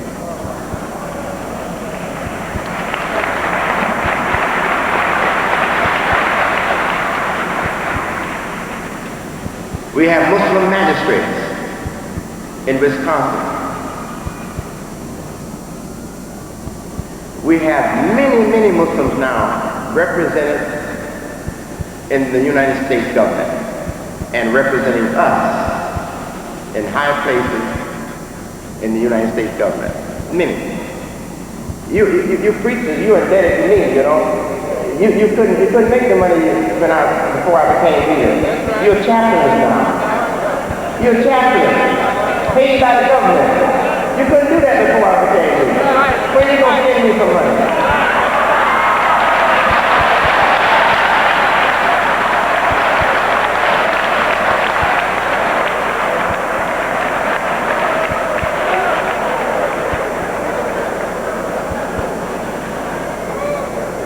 I wouldn't mention any of these people.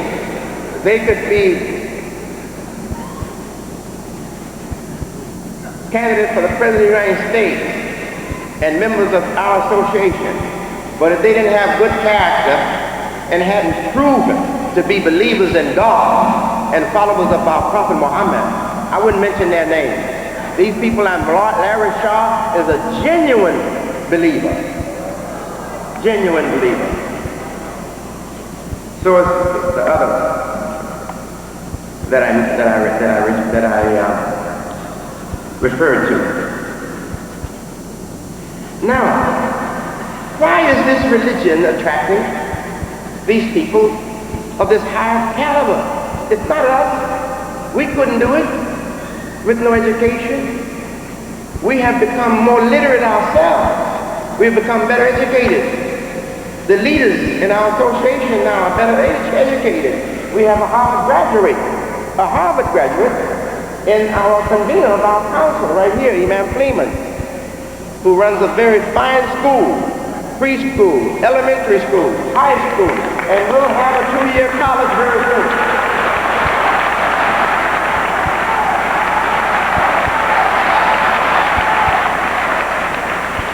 What is attracting them?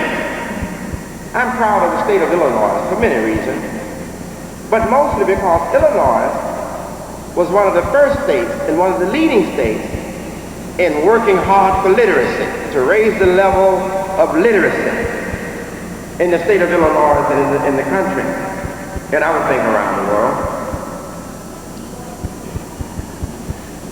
There's a march pretty soon. In fact, it will be October the 4th. There'll be a walk, pardon me, not a march, a walk for literacy, in Chicago. And I believe our mayor, Richard Daley, is going to lead that walk. I intend to join that walk. And I'm inviting the Muslims of Chicago to be with me. Let's join that walk for literacy.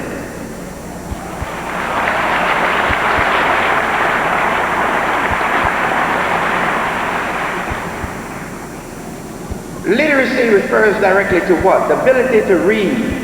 The ability to read and understand what you're reading. The ability to pick up a piece of literature, or a piece of writing, print, and read it and understand what you're reading. That's literacy. We speak of get an education, get an education. God knew best how to help us get an education. The first words of revelation to our prophet was not Sodom was going to be burned up. No, the first words of Sodom and Gomorrah is going to be burned. The first words to our prophet was read, R-E-A-D, read, in the name of your Lord who created. That's the first words of revelation to our prophet. So you want to really understand what Islam is in the world? It is a worldwide movement, a worldwide ideology, and a worldwide faith. And its purpose as a universal faith and as a universal mission, its purpose is to bring about to maximize the good life of every human being.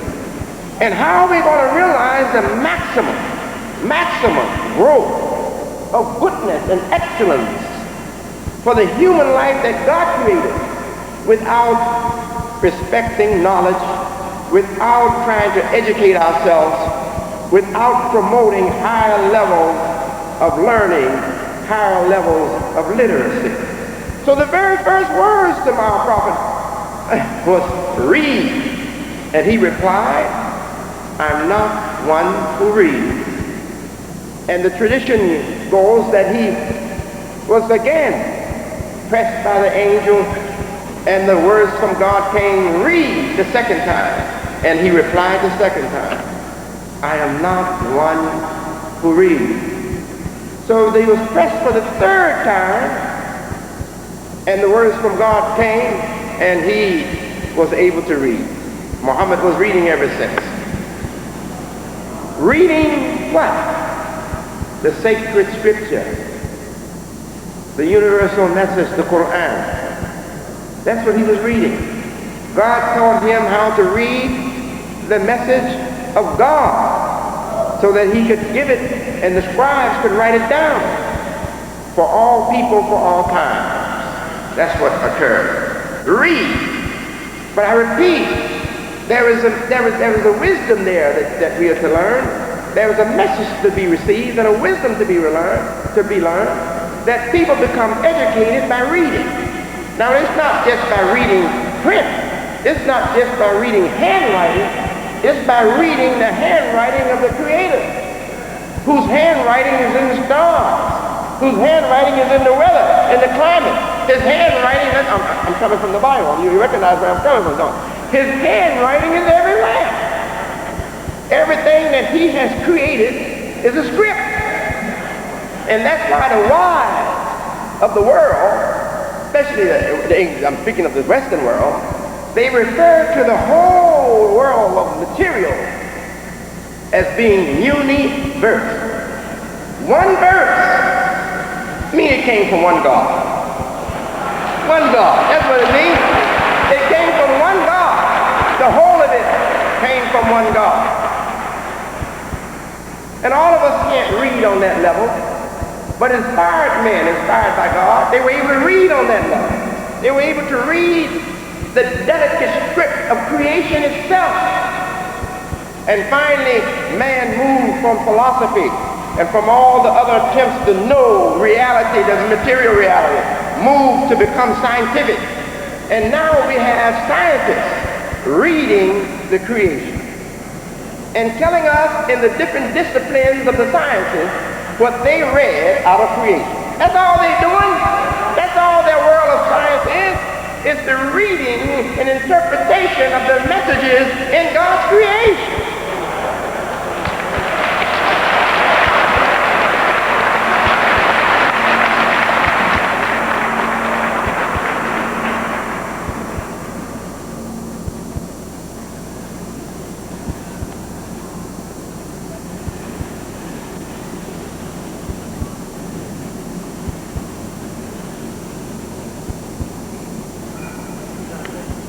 Yes, I'm trying to save time.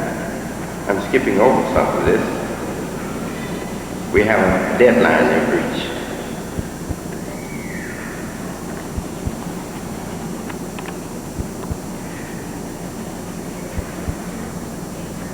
I recently received a letter from the director, the third director, Jim Kinney, of the Parliament, World Parliament of Religions.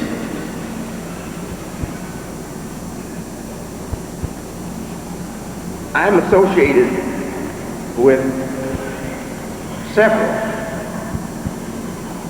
world organizations that have formed or were formed to promote harmony, religious tolerance, peace, and a sense of obligation to all people, or to all suffering people. I'm personally serving as a member of the International Peace Building Organization, the Council of Mosques based in the Kingdom of Saudi Arabia. I consider myself, although I don't have a car, but I know the founder, the president, and I consider myself also a supporter of Muslim World Congress based in Pakistan, the Council for Parliament of World Religions that I just referred to, I just mentioned, the World Conference of Religion and Peace, WCRP, a very impressive and huge effort to make conditions or have conditions better for all people on this earth. These organizations are not organizations represented by any one religion. They bring the religions together. And I've only shared that with you to have you aware of my most important interactions on the global scene. The Council for Parliament of World Religions cherishes the belief, and I'm quoting their own document, cherishes the belief that interreligious encounter and understanding must play a critical role as our world makes the transition to the 21st century.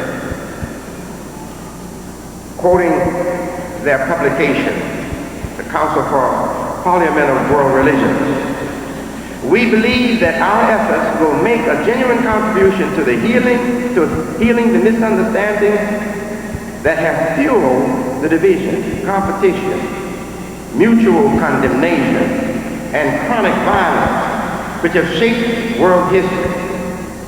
It is our hope that by sharing our many traditions in the spirit of appreciation, we may realize the goals we hold in common.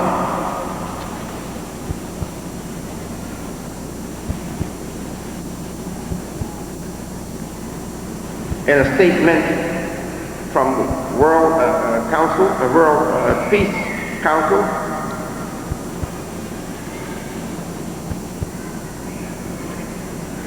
we read on international interreligious initiatives expressed in their publication. The initiative is to encourage discussion and critique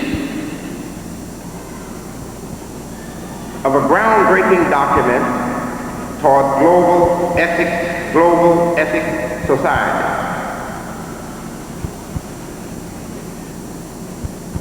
To establish cooperative working relationships with international interreligious organizations now engaged in the effort to promote understanding of the ethical common ground of the world religions. I used to think that the Bible was a book that I shouldn't be interested in. My father used it a lot. But he didn't obligate me to follow his pattern. He told me, he said, son, I think you're going to be a teacher of the Quran. That's what he told me. So he didn't encourage me to read the Bible and follow his pattern of preaching. So I read Quran as I got older. I became a young man, over 18 or so. I started reading the Quran very seriously to find direction, to find guidance and direction for us, for myself and for us, as a helper to my Father, not to go against him, to help him. So anyway,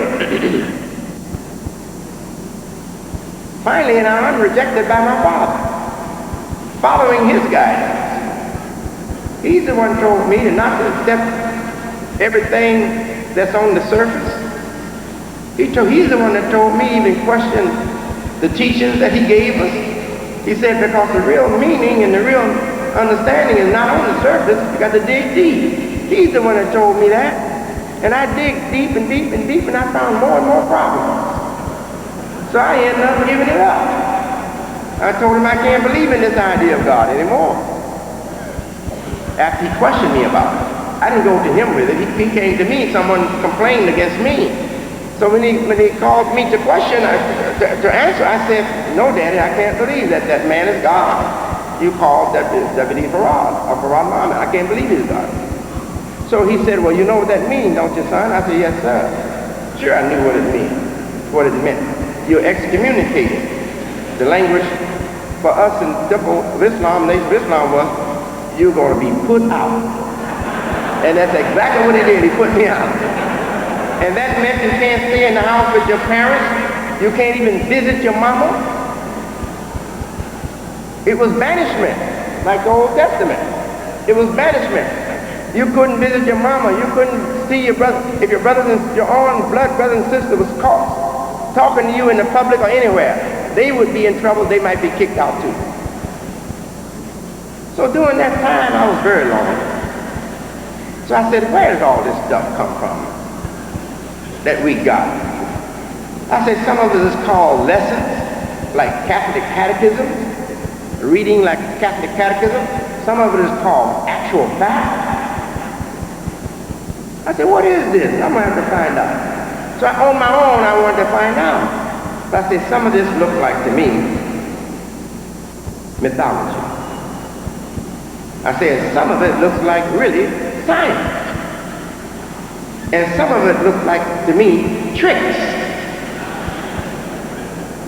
I said, there must be a good intention behind all this, because so much good has been done. And so much good has been put in my Father for us. So I said, it must be a good intent somewhere. So I began to want to find, what is the purity of this stuff? All of this stuff I got now, it looks like a conglomeration of corruption. But I got to believe that there's some purity somewhere.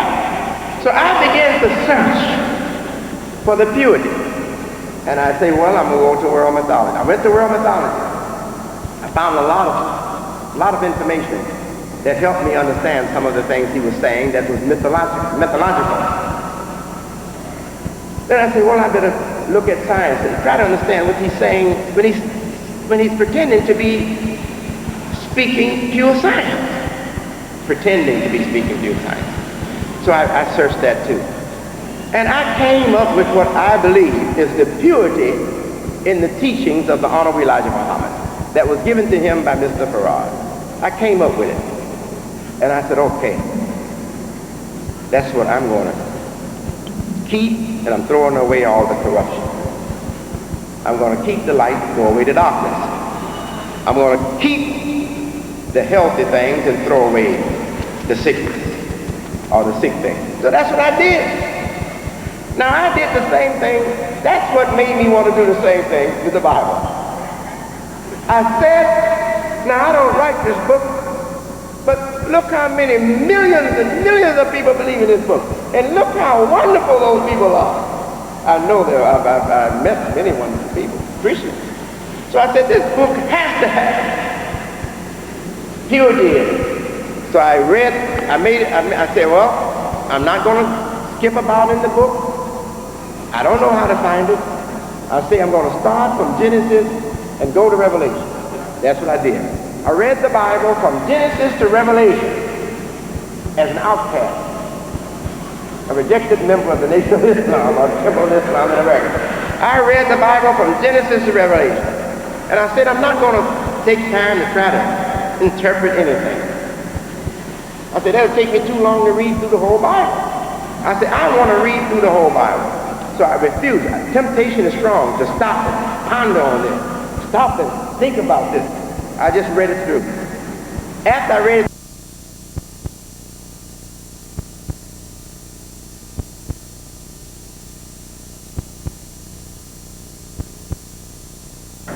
to work for the same purpose work for the same cause that WCRP is working for, the World Council of Religions, the Parliament of World Religions, and the World Peace Council. All of these organizations, World Congress, all of these organizations working for the same cause. And I want you to know, it's important to me that you know, that your little brother, I don't have a college degree. I have high school education, formal education, and a few hours credit in English because I wanted to be able to read and speak better and understand literature better. So I took a few hours. One day I hope at 80, if God bless me with the life, I'm going to work to get a PhD.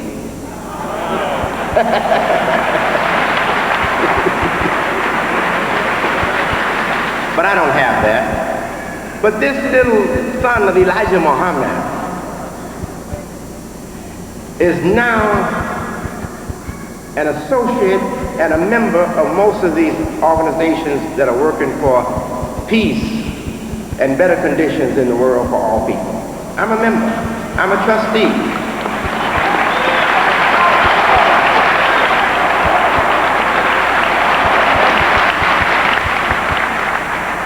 I sit at the table with them. I participate in the discussion. I'm invited to contribute to the decisions that they make. We are trying to get Assura. The Christians have already made me part of Assura, and it's working. So I hope you will make some more progress with your Assura. All right, you have to.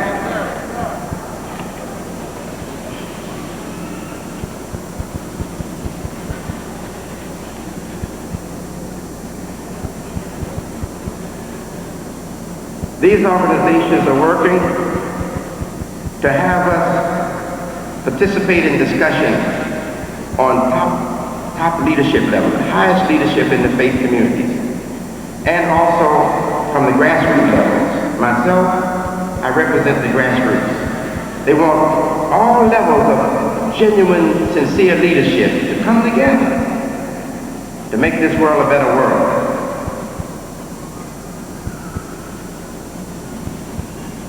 To recognize the extraordinary opportunity afforded by the millennial movement,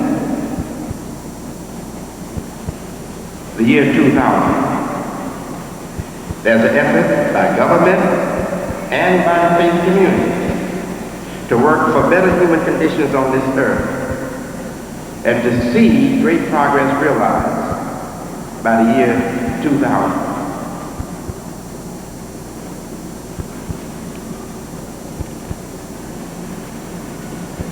Concerns that we are discussing are how to increase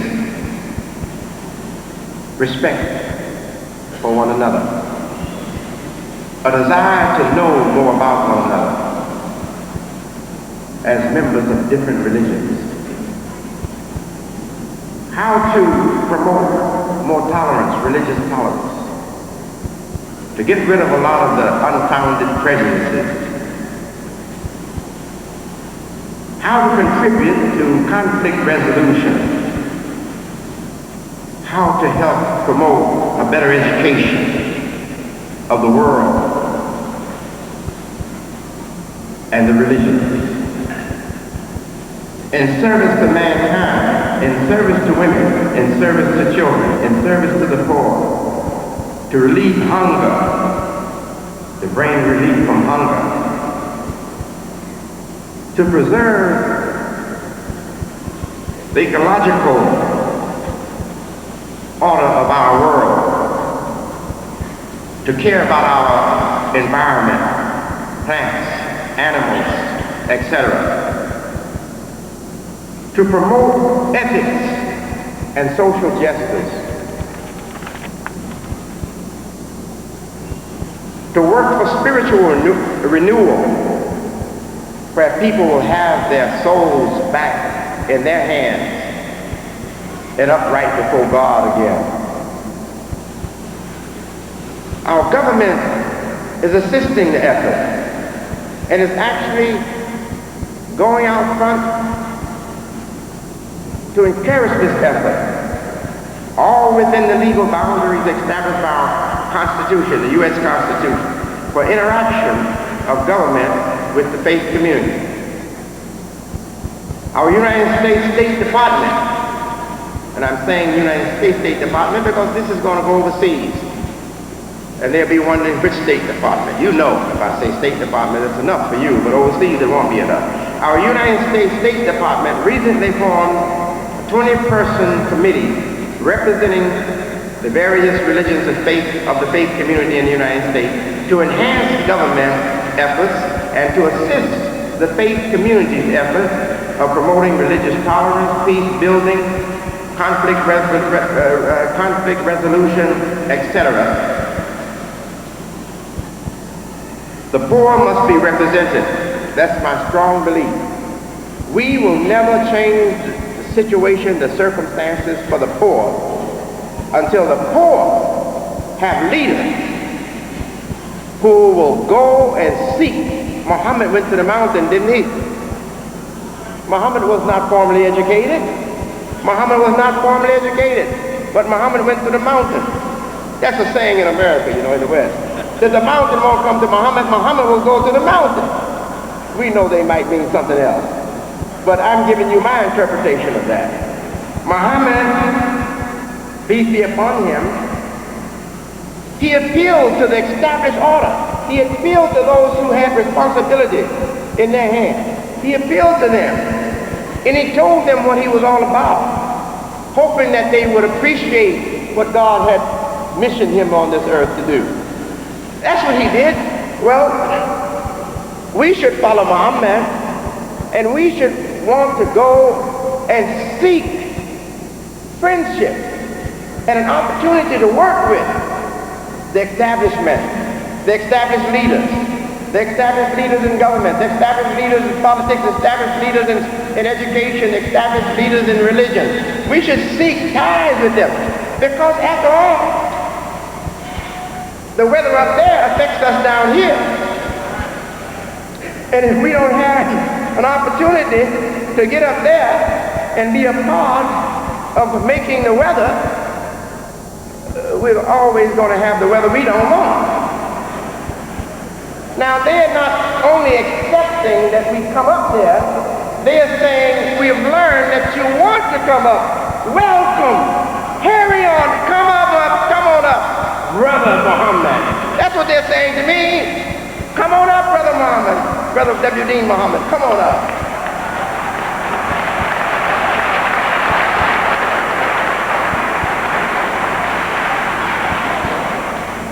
I said to myself, how can we change these circumstances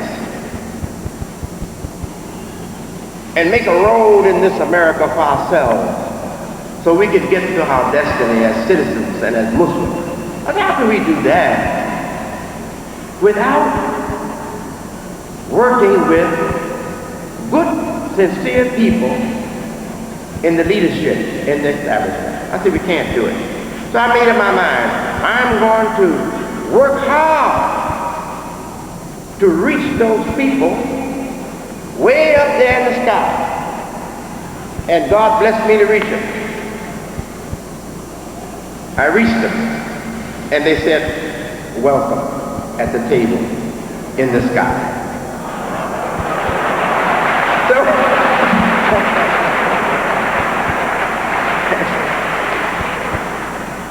and because of that now, we are attracting more people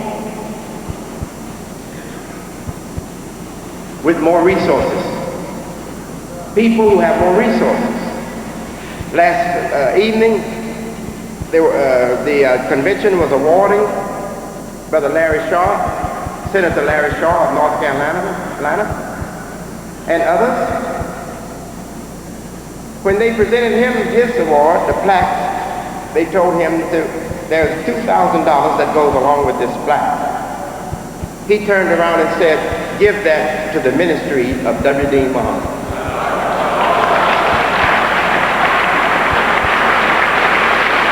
$2,000, one walk. I took our account to a bank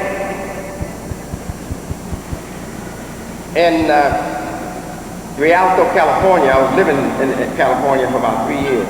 So I moved the office temporarily there, and I took our money there, and I opened an account. And when the teller started looking at those checks, 100, 200, 350, 500, she said to me,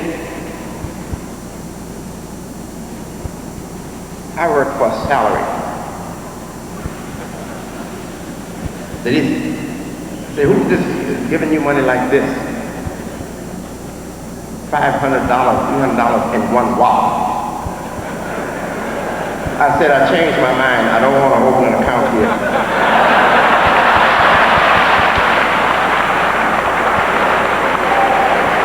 I got all my checks and our checks. I got all of our business in my hand, and I walked out.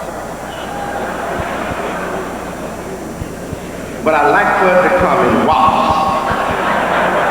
Larry Shaw, we thank Allah for you, that you are a member of this association.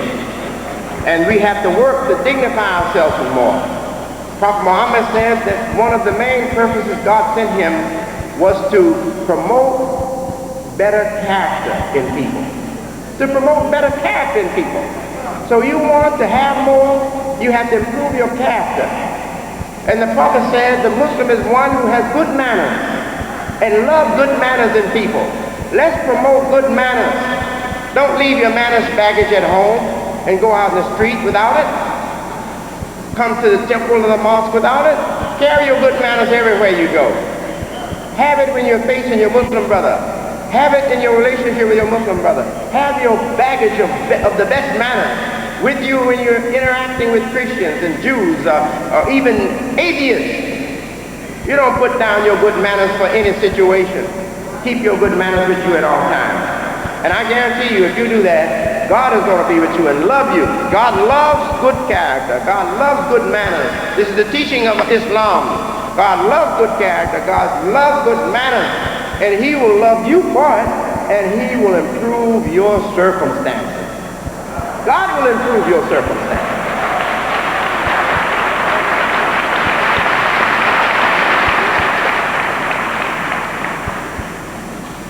So I can say to you now that the poor is now no longer without a representative on the mountain or at the table in the sky.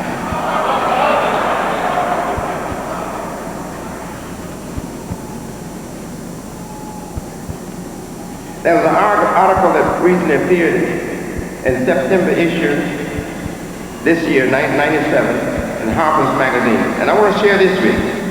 Because the poor, sometimes, I think we don't even understand our own problems. Or we can't identify our own problems. We need help to identify our own problems.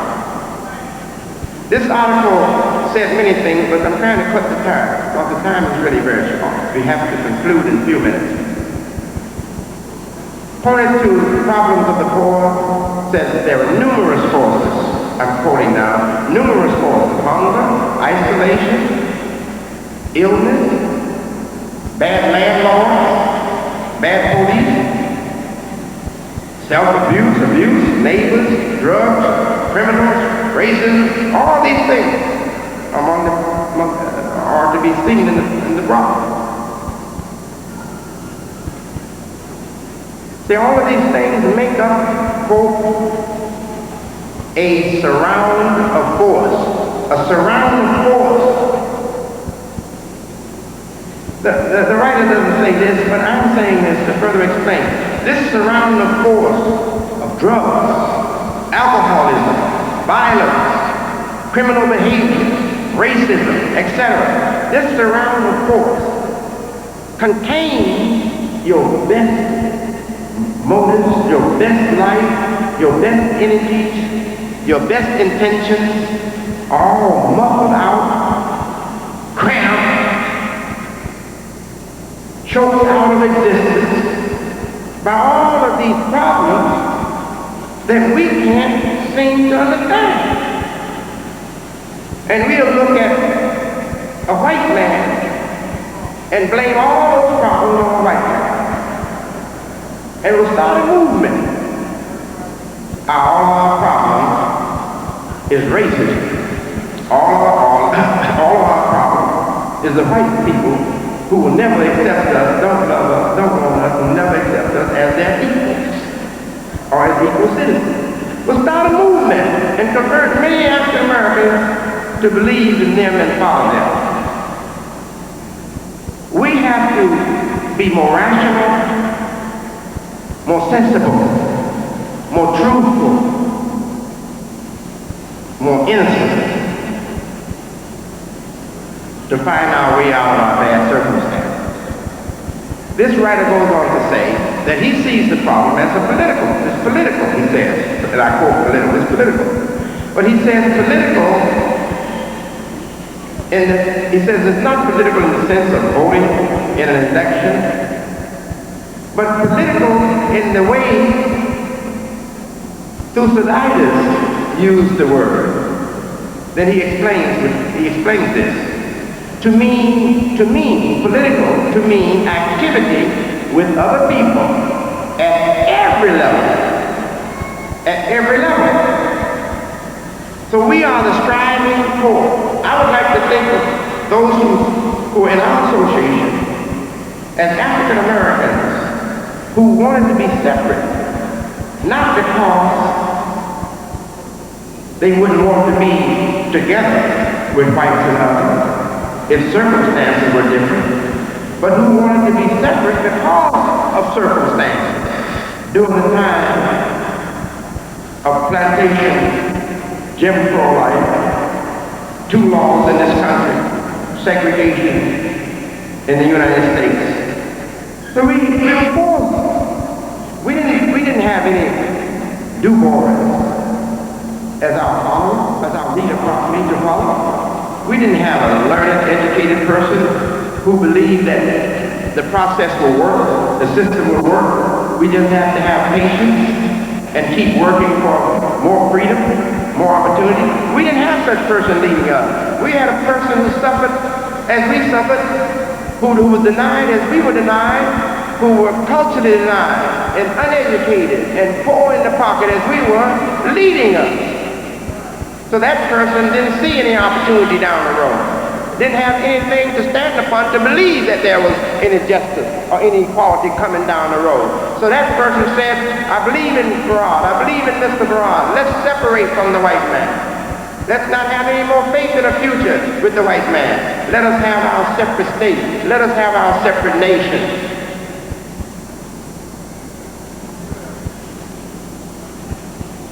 Out of that following came what we have today. And now we believe in the future. Now we believe we can have a good future in America. But we've gained a lot from that experience. We gained a lot from that experience. We don't want people doing everything for us. We don't want to just have rich blacks among us. We don't want to just have wealthy African Americans. We want to have a community in our hands. That's our responsibility. That's our responsibility. We want to have a neighborhood. That's our responsibility.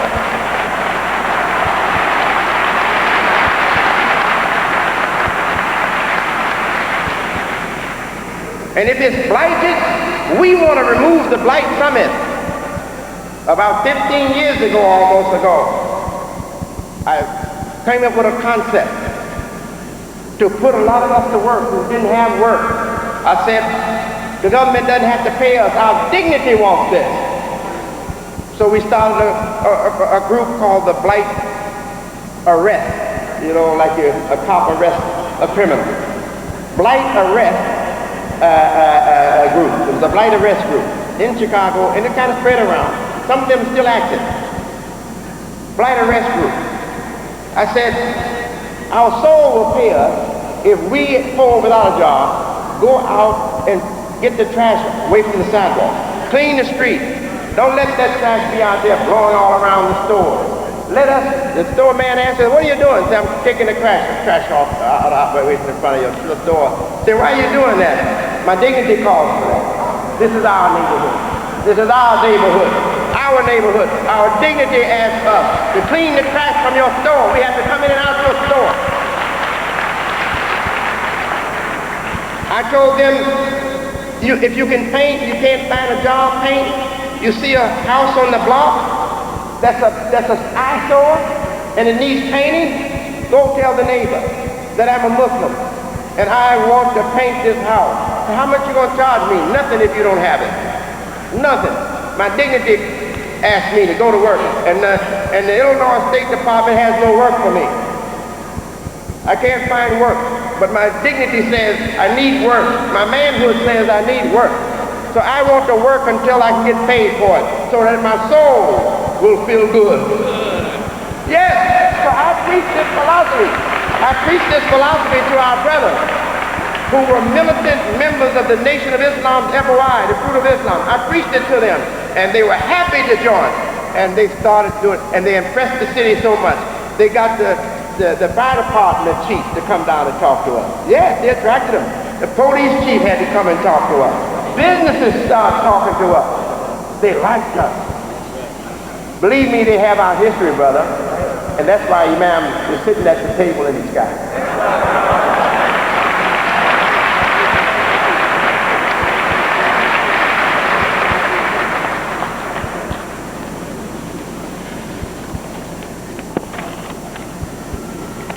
We are going to be responsible for the business life in our own neighborhood. We have the limited liability company that enables us to form a company and have shares, $2,000 shares, and design a method, a plan for bringing the poorest brother who's industrious, who has the character of what I call our group, the striving industrious poor. I love to refer to us as the striving industrious poor. And that is to say, if you're lazy, you're in the wrong company. The striving industrious poor. We're the striving industrious poor. So we want to be responsible for business life in our neighborhood. This CPC effort that is enabling us to, if you don't have $2,000 for one share, we have a plan. If you trust each other, to have 8 of you contribute $250. 8. I believe 8 times 250 is 2,000, isn't it? I believe it is. I don't have the papers before me, but I think that's the okay. So to have 8, I was pretty good in math. I couldn't read that well, but they told me when I took the GED test that I was pretty good at math. I scored in the upper percentile for the whole United States. Yeah, I got the proof at home. So anyway, we're fixing it so 8 poor brothers can get together, and all you have to come up with $250 and trust one of you, sisters, brothers, mix up. We don't care. There's no sex problem here. Do it like you want. Come on together with the $2,000 for the one chair, and have someone represent you. One person must represent you. That's all. You have to trust one person to represent you. And they will put the money into the investment in their name, and you will have the benefit together. 8 persons will share the benefit of whatever that one share brings whenever we buy products and sell products and realize the profit. And we are working hard to make sure we always realize the profit. And I believe God has helped us come up with this concept God has helped us come up with this concept, this answer for our poverty and our business absence, our absence of business sense. Because this program is also going to be a program to educate, to better educate us so that we will have better business sense. Some things I don't like to say with our business, certain people among us, but I have to say this.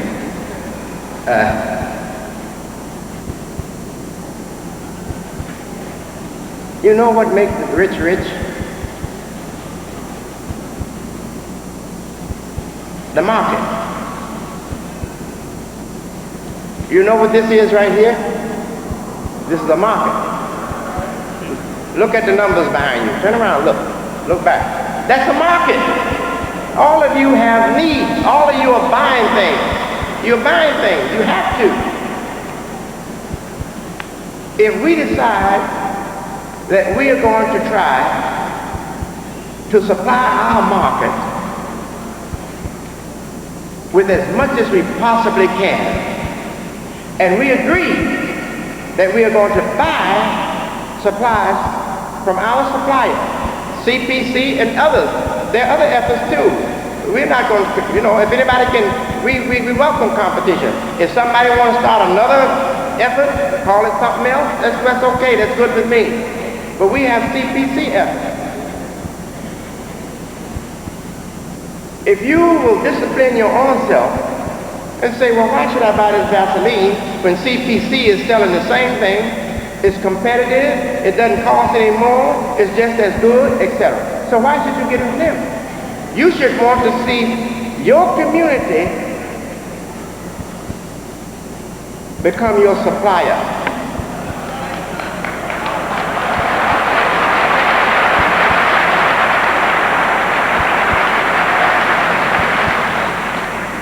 If that happens, your community will become the rich man.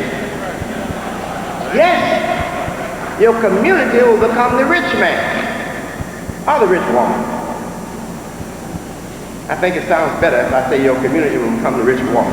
I like that a little better. Yes, your community will become the rich woman. So trust me. And I'm not Eddie Murphy. Trust me.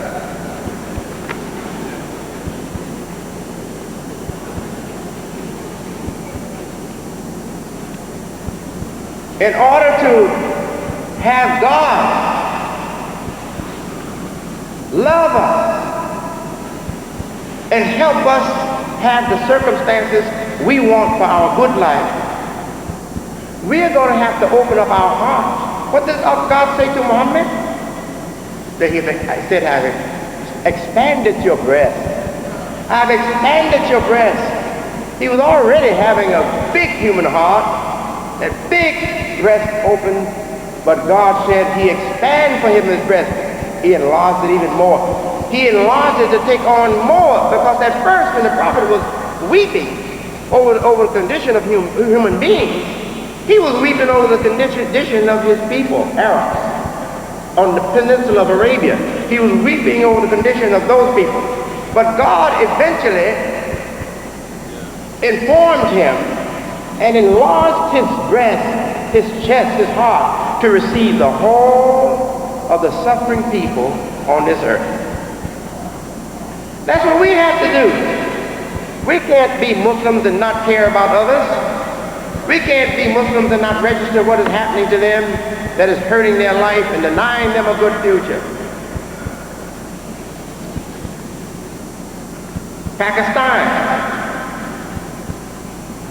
a great nation, Pakistan, but it's having serious problems now.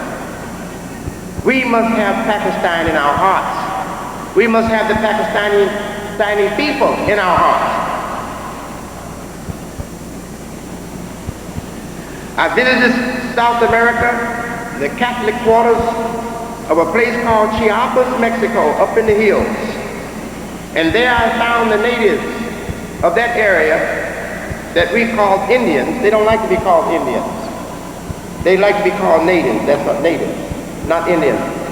So we found them and discussed their situation with them and let them know that our hearts were with humanity and that they are a part of humanity and that we want to see them have peace and want the government of Mexico to look at their situation more seriously and help them have some kind of social justice and dignity as human beings.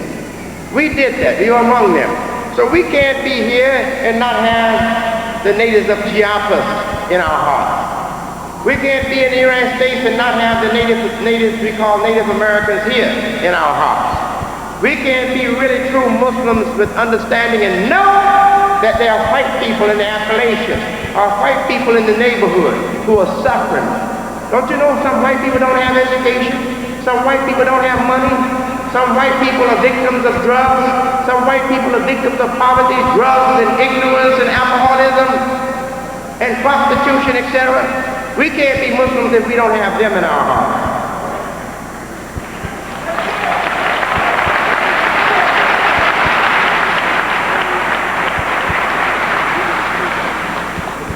I read recently in the Tribune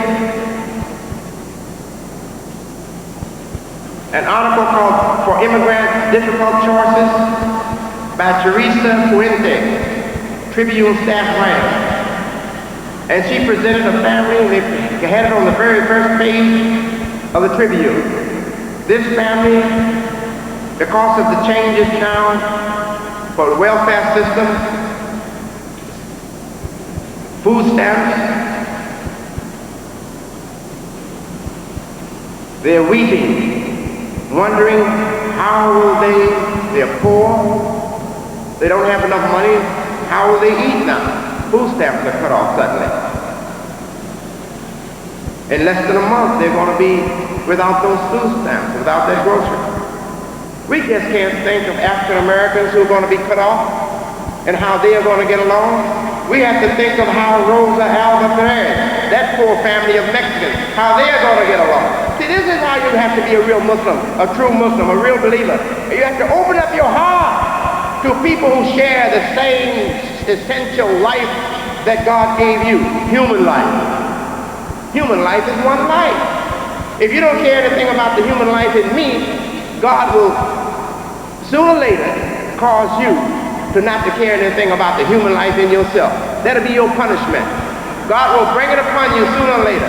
If you don't care about the human life in me, sooner or later he's going to cause you to not care about the human life in yourself.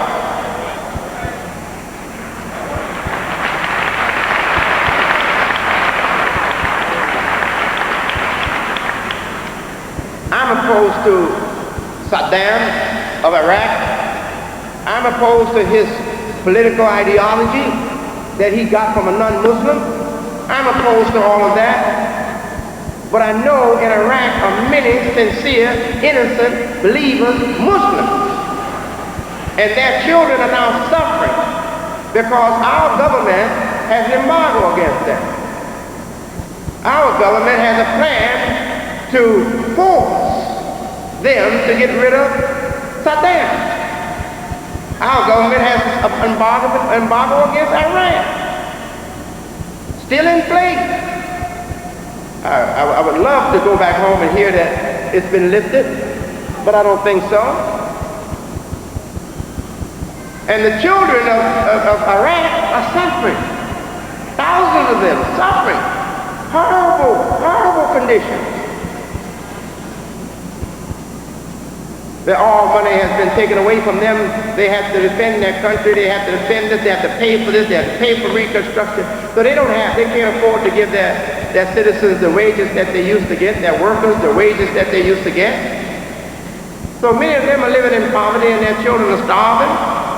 Their children are dying, need medical attention, need food, need a decent meal.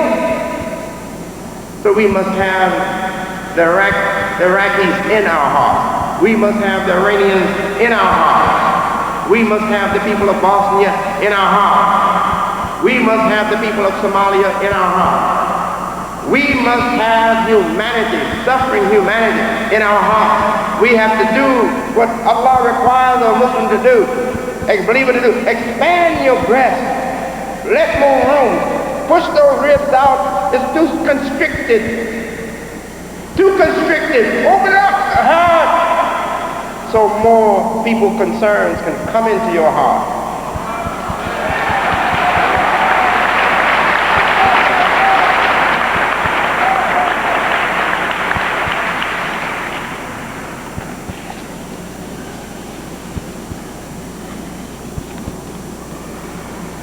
The Palestinians, I visited them, and I was there with them, eating and sleeping with them for several days. They live in a virtual prison. Don't believe what you hear in the news. The Palestinians, their life is like a life in one big prison. Some of them have to get a pass, a card, to cross the street. They look across the street, they're looking into an area that the Israeli government says they can't go in that area. It's another form of apartheid on the Palestinian people.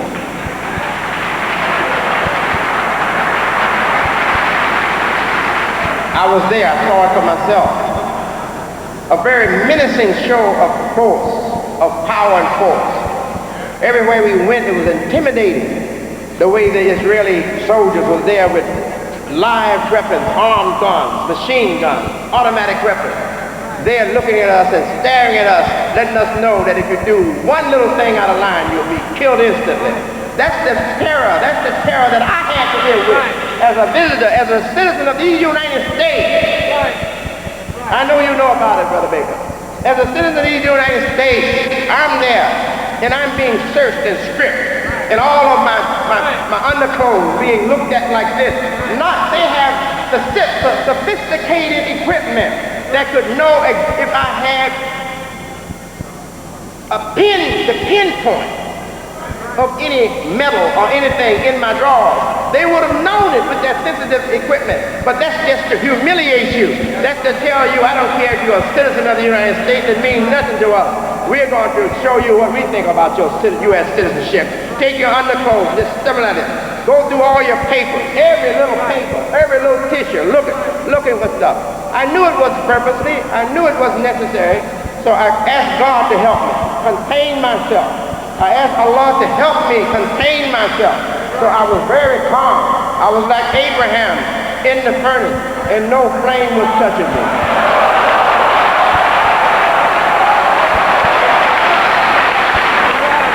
Peace be upon the prophet. Yes! So I know the situation there. I've been there. I saw it. I saw an area where they won't let the plumbing be corrected. They won't let the plumbing be fixed. And the sewage is rolling down the street, all in the walk. You can't walk without stepping in the sewage. That's right. Because they won't allow them to have it right. And they said the Palestinians are not a lazy people. They have a long history as in various industrious people. They are builders. They are craftsmen. They are masons, builders, great builders, iron workers. They are industrious people, and they have a fantastic ability to run a good market. Oh, they are fantastic. They are fantastic business people. So they said, all we have to have is our freedom, our land back, and our freedom. They say, we don't need Israel to do these things for us. We can fix the plumbing. We can bring the water into our housing. We can clean up this mess. We can build these buildings up. But they have us here in check. They call it, they say it's like a camp, prison camp. And I said to myself as I was flying back on the plane, I was looking back on what I saw, what I'd seen. And I said, no, it's worse than a prison camp. It's just one big prison. Just one big prison cell. Their mosque is in jail. You hear what I'm saying to you? Their mosque is in jail. That's right. Their schools are in jail. Their families are in jail. One big jail they call the Palestinian quarters. of the Palestinian territory. So, you know,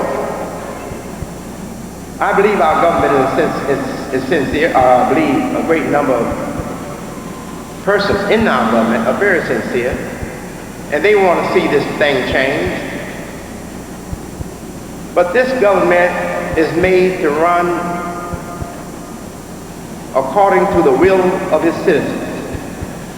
And as long as they think Muslims and other Americans don't care, ain't no pressure on them to do anything about it. So more of us have become more political aware in the international focus, international circle. We have to become more politically aware and support efforts like the effort by our dear brother William Baker, who risked his life to go into Kashmir and see what the problem is, to see the evidence. Risked his life. Have had attacks upon his life several times. Escaped 3 shots that were fired out of a weapon at him at a distance where you would expect he would be dead. But God saved you.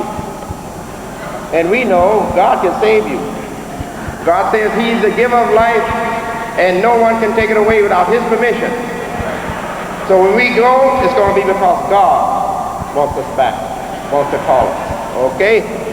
Don't fear. I know you don't fear, but I'm letting you know not to fear. We fear nothing but God.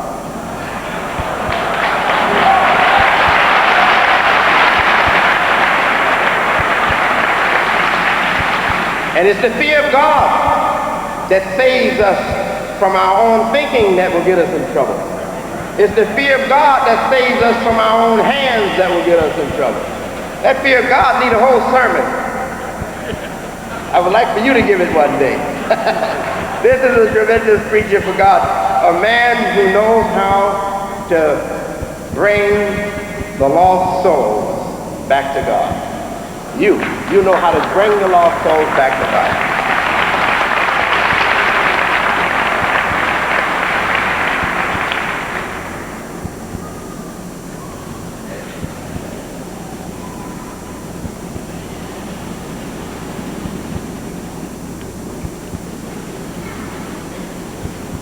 So we can no longer call ourselves knowledgeable Muslims and not know that God have given Muslims a role, leading role, I would say, in the work of working for better conditions for all human beings.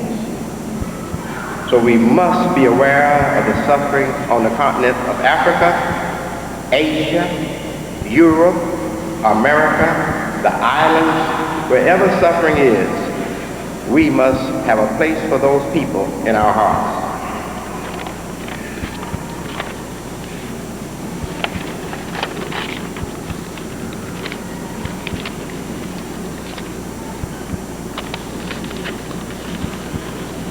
I'm going to bring this to a close now.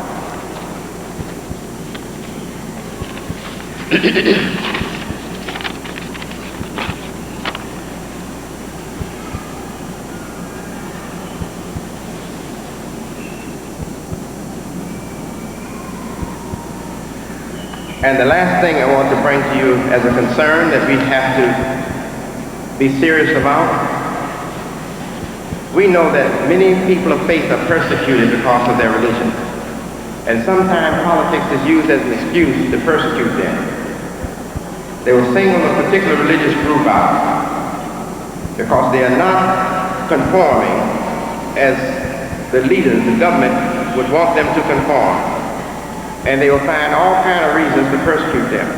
And sometimes they will persecute them in the name of religion because they're saying their religion is bad or their religion is making trouble. And religion won't be the cause or the problem at all. It'll be that they are there and they don't want to share the wealth with them. They want the wealth for the Germans, or they want the wealth for the French citizens, or they want the wealth for the Irish citizen, or for the Polish citizen. I'm just giving these names. Could be anybody, or for the African citizen.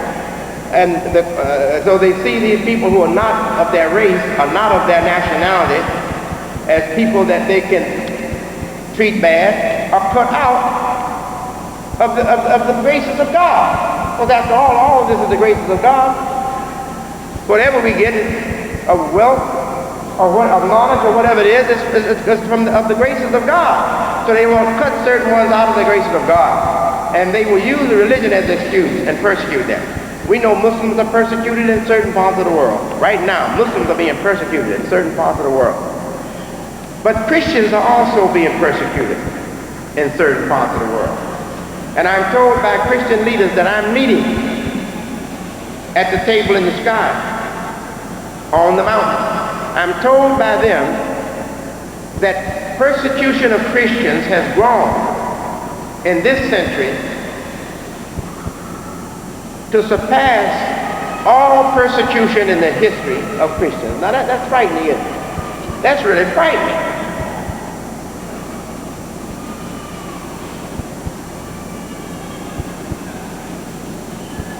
I kind of feel that it's exaggerated a little bit, but I know that it's very serious. The persecution of Christians on this earth today is a very, very serious matter. And we must not let Christians bear this burden alone. Muslims, we are believers in God, and they are believers in God. Their hurt has to be our hurt. We are all human, and we are people of faith. So let us stand together and fall together if we have to.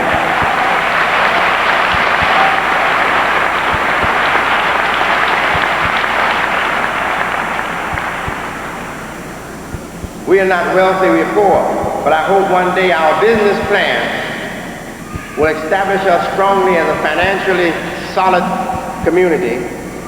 And I would love to one day say, I'm offering in your name $500 million to relieve suffering in all the world. In all the world. Not just Muslim suffering, in all the world. Christian suffering, Jews suffering if they're suffering. I guess they don't tell you when they're suffering. I guess they tell the United States government. But if they're suffering, I want to answer their need too. If I ever get able, if they're suffering, I want to answer their need too. Buddhists, everybody, Hindu, everybody. Thank you very much. I hope I made myself very clear. Allahu Akbar. Allahu Akbar.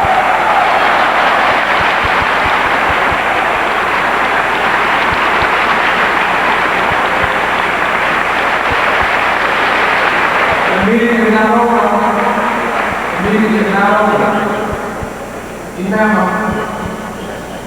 Imam Mohammed will be right back. He just wanted to escort Dr. Shula to his car. But he's going to be right back. So, stretch your legs and take a seat, and we will begin with the next portion of this program. As a matter of fact, we're going to begin right now the next portion of this program. So let's sit down in the back. The Imam will be right back. He just told me that. He'll be right back.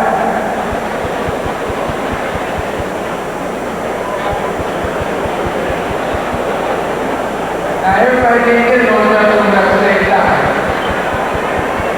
Some of you have to wait for the other ones to come out. The restroom is in the front and in the rear. But the Imam will be like that.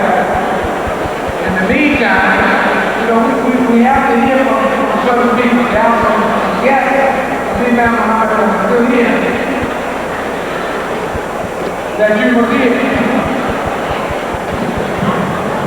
They are very important messages for you and I. So please don't leave. Now unless you're going to get this on this videotape called Universal Respect and Acceptance, Imam Muhammad's Palestinian trip is on there. His Palestinian trip is on there.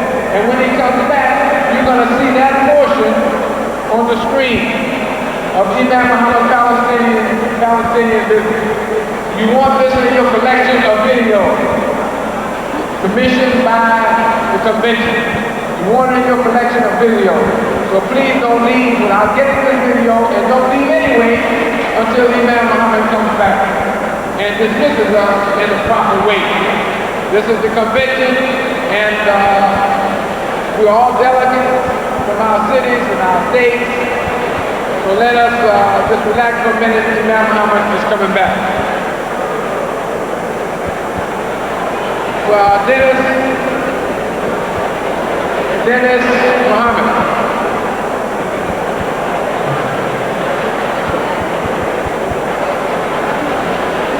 Where is Dennis Mohammed?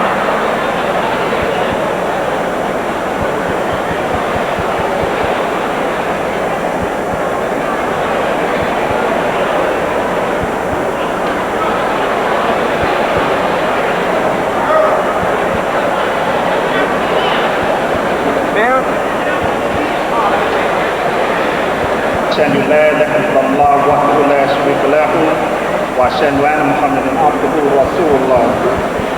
Dear beloved Muslims, can we have your attention for a minute? Imam Mohammed have a guest in town, a business lady, a Christian business lady, an African American Christian business lady, who have a very successful product that's on the market. You heard the Imam speak of CPC, Collective Purchasing Conference. CPC is no joke, it's something real, something positive.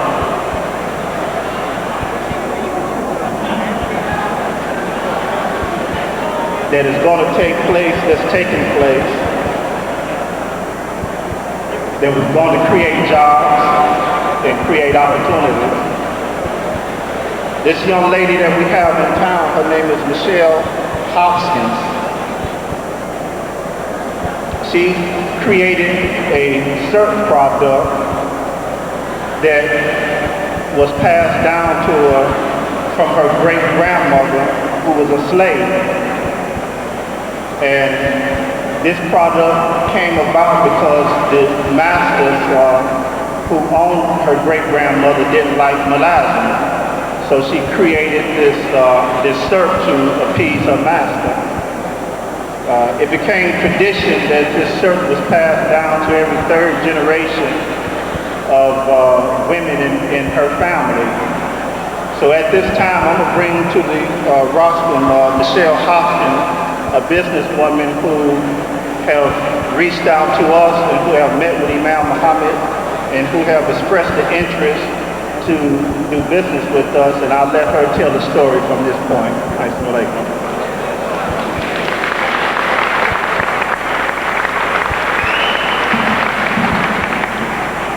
Good afternoon, and thank you so much for inviting me. I want to thank Mohammed, who's been very gracious to invite me to the convention.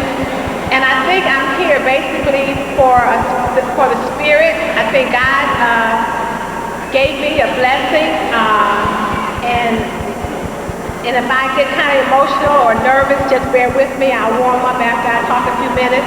I'm not used to so many people and so many lights. But I'm coming more so from an African American economic position. 15 years ago, I was going through a divorce. I was on welfare. I had 3 small children to raise. And I was trying to figure out how could I make the rest of my life make any sense.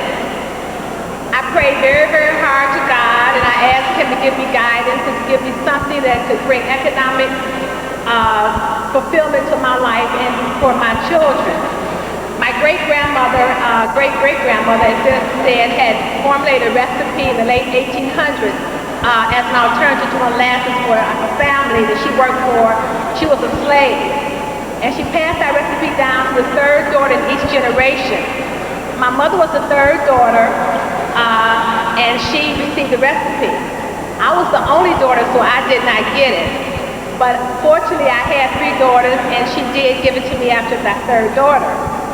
I had no knowledge of the food business. I had no knowledge of business at all. I just had a burning desire and a great faith in God that he was going to pull me through and that he would get me off of welfare. He would put me in a position where I would be able to take care of my family. So I started a company called Michelle Foods in 1984. And I'm from Chicago, and I had no money. I had no mentoring. No one could tell me how to do this, and I did not have a lot of education. But I had a faith in myself and in God and a desire to be successful. So what I did, I sold everything that I owned. And when I say everything, I mean everything that I owned. I sold my house, my car.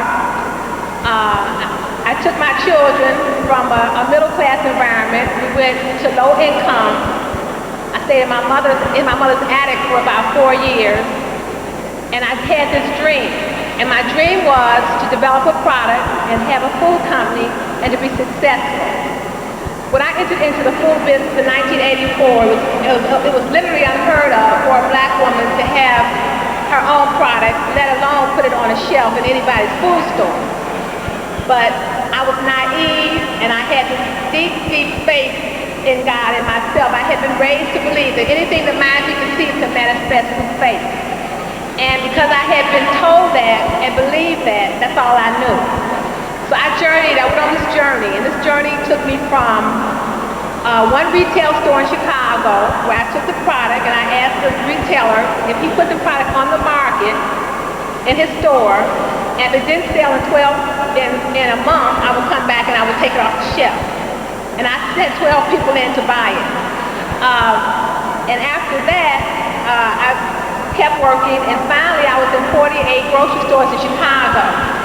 I was not able to take care of myself at that point, but I did have this product. I persevered for 9 years in Chicago, struggling, not making a lot of money, but I had this faith and this desire to make this work. After 9 years, it was really a turning point after 9 years. They say it takes 5 years in business to make sure that you are going to be successful. Well, the first 9 years were very, very difficult because we lived, very difficult because we were, like I said, we started on welfare. It took time to get off of welfare, but I was determined not to let the state or the city take care of my children. My children was my responsibility, and I felt that I had to come up with some type of plan and medium to do this. So I developed a recipe, it was like, a lot of people ask me, Michelle, how did you do it? Well, when I think about it, I did it really, like I say, through faith, because I developed this recipe through trial and error. I would talk to people and get very little help. But after the first 9 years of just locating in Chicago, I made a determination to take this company national. And in 1991, I started on this venture to take my product across the country. And I literally did it by myself. I had an obstacle in 1992 that kind of stopped me, and it refocused my attention back to my faith. Because I had kind of gotten hung up in this economic thing, and I felt that, well, God was with me, God had helped me, but it really put a test in my faith in myself. In 1992, I started taking the product national. When I say national, I went to every state to literally sell my product. And these are my products, because I don't know if you've ever seen them, but these are how they look. This is when I talk about the syrups, these are what they look like. I went into every state, Mississippi, Memphis, Tennessee, and I met with every buyer in every state to put my product in such stores as Kroger's, Food Lion, Winn-Dixie, etc. But I started receiving this. I started having this very, very bad headache, and I started losing my eyesight. So I became very prayerful and very emotional because it was very difficult to understand what was going on. I went to a series of doctors, and every doctor that I went to diagnosed me as just someone that was under stress, someone trying to do something that probably was very hard to do. After that first year, after that whole year had passed, I was trying to get accounts with companies such as Denny's. They're going to put it on the screen. Okay. Denny's restaurants. I know you all knew when Denny's was in trouble. Well, I was trying to get a business with Denny's. I was trying to get the product national. Okay. I was diagnosed in 1993 with a brain tumor. After working 10 years with this product. And the doctors, once they found the brain tumor, and I was also legally blind, I couldn't see. They told me then, at that point, I would have to have surgery. Well, I told them that I couldn't stop and have surgery because I had a business to run and kids to raise. So they told me that, Michelle, if you don't have surgery, that you might not have 6 more months to live. So I had the surgery, and I came out of surgery as you see, I came out of surgery. But when I went to the surgery, thank you. When I came out of surgery, what the lesson it taught me, because remember I told you I started this as an economic thing. I started this business to be secure and financially secure, to be able to take care of my family and myself. And God had really given me, He has really blessed me. I can't tell you how the faith has really moved me and taken me. And I'm a little nervous, I just got to warm up. But what happened was, after I had the surgery, I realized what I had, what my mission was. My mission was, as a black woman, to be successful in a field that we are not in. We are not in food. Food is a $643 billion market. We as African Americans are one of the largest consumers in this market. We are consumers, we are not manufacturers. So my dream was to become a successful entrepreneur in the food business, and I did make some headway. I was the first African American woman to secure a account with Denny's. I'm the largest minority supplier for Denny's. Thank you. Also the first African American female to have manufactured product that has gone national. Thank you. I am, in my own right, what has happened is that I've taken a company that I literally started myself. From the first year, I think we did $300,000 in sales, to last year we did $7.5 million.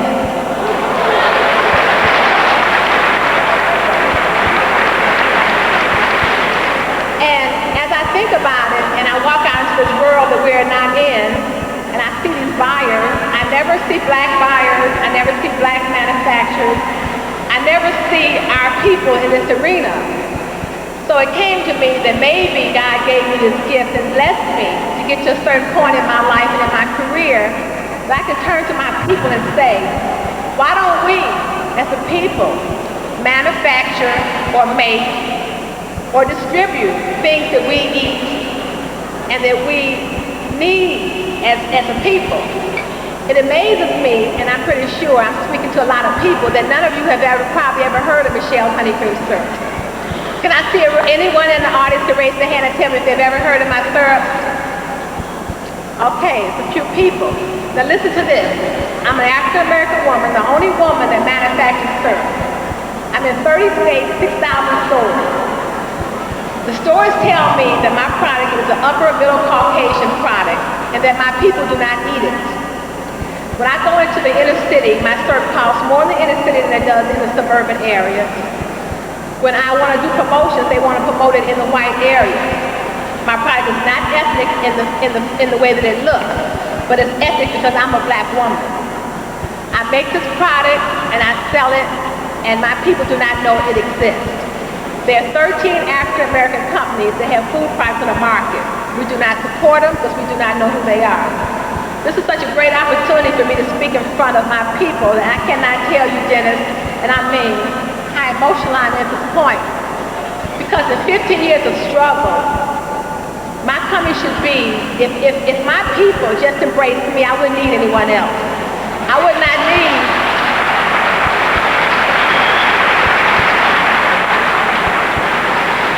need to go to a white buyer as a black woman and feel like I have to literally kiss his butt to get my product on their shelf.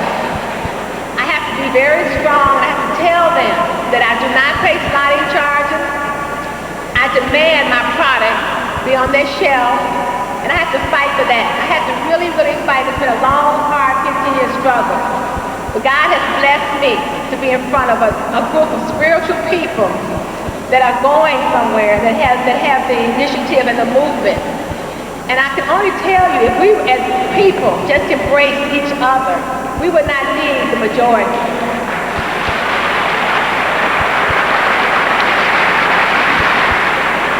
Denny's gave me a contract, a $4 million contract to manufacture their syrup.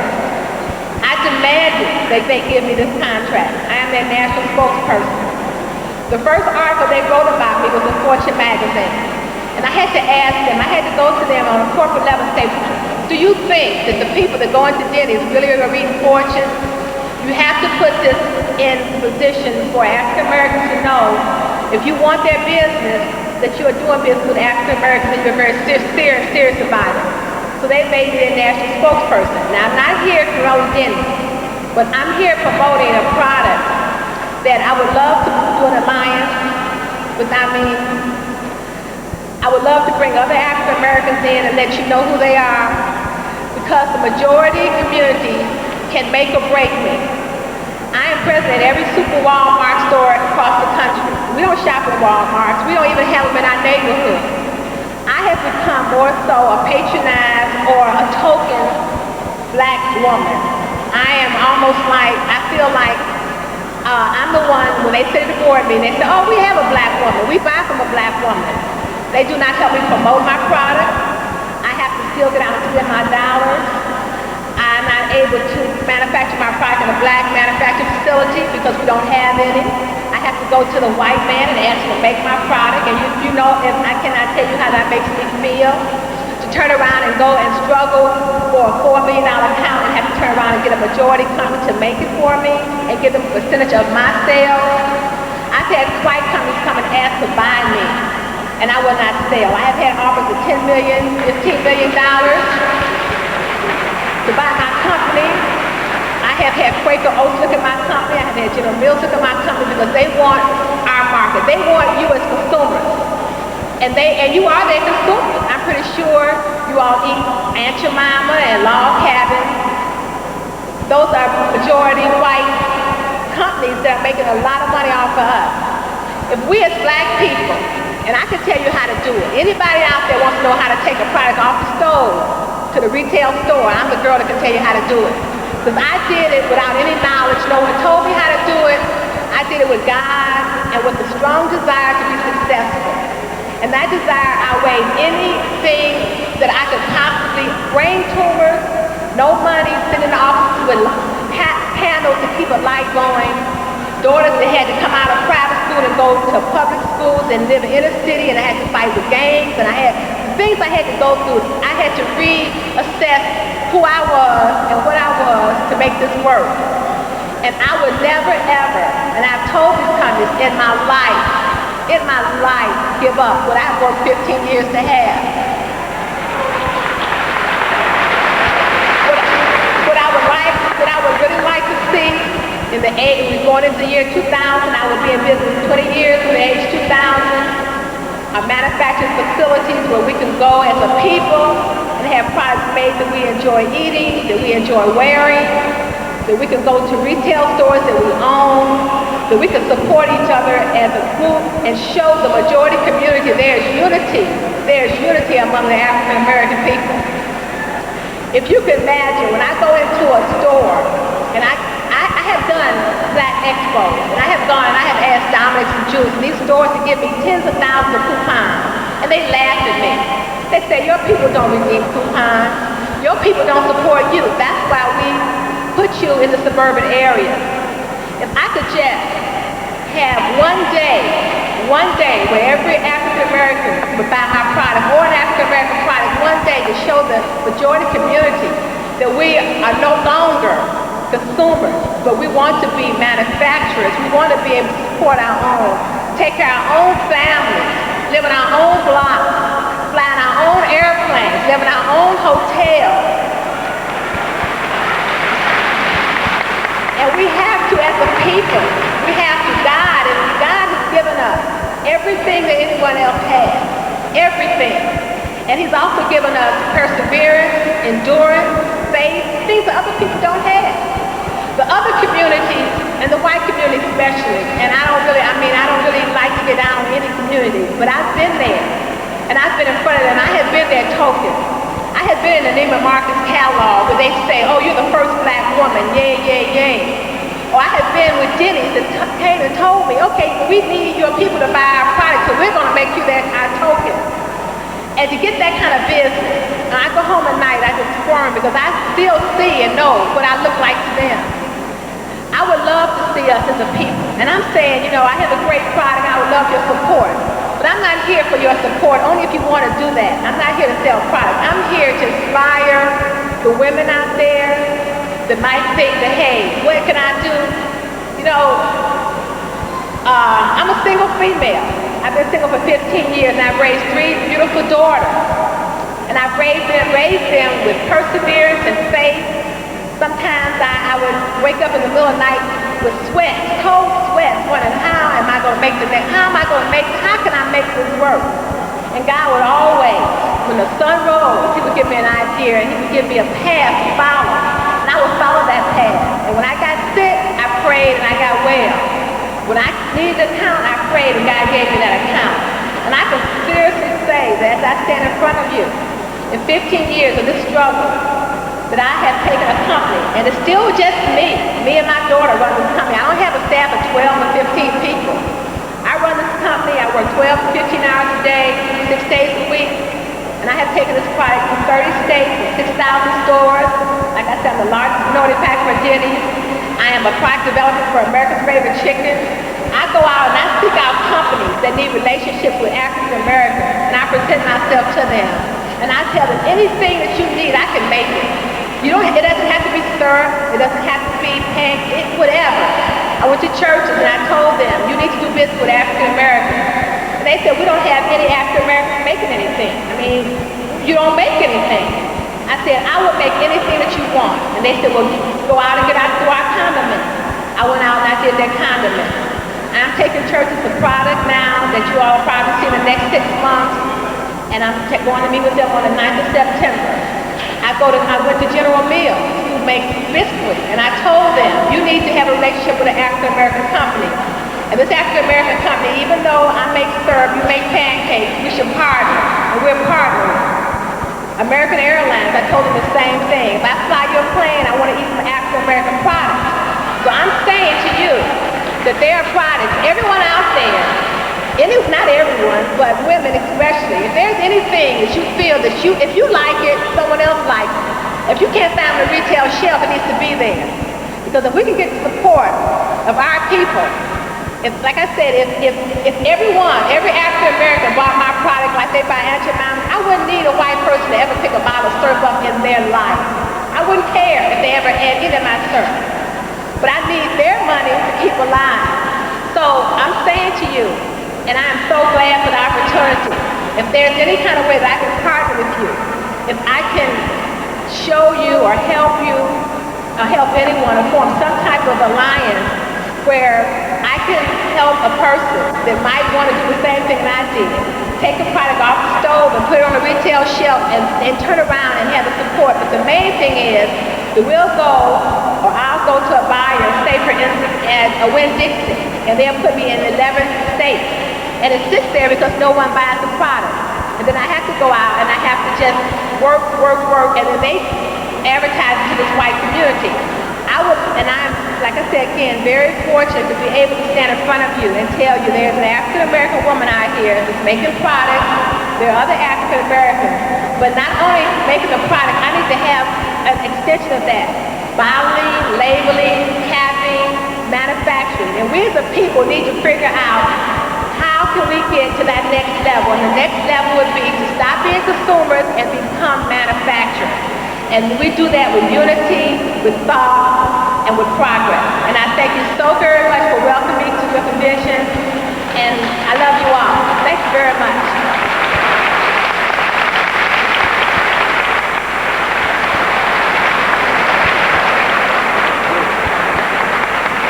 Listen up, I have an announcement.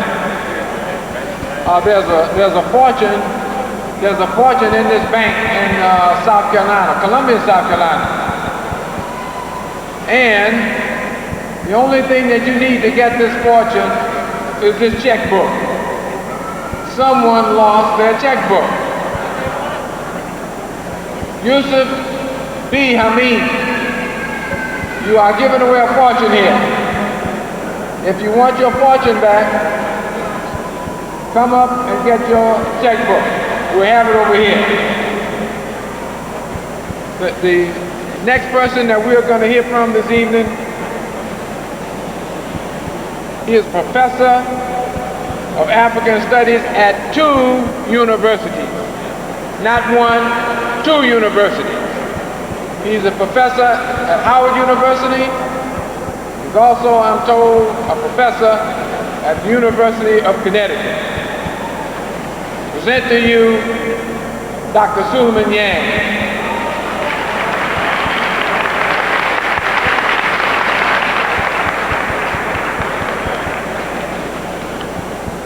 أعوذ بالله من الشيطان الرجيم بسم الله الرحمن الرحيم الصلاة والسلام على رسول الله أشهد أن لا إله إلا الله وحده لا شريك له وأشهد أن محمدا عبده ورسوله السلام عليكم.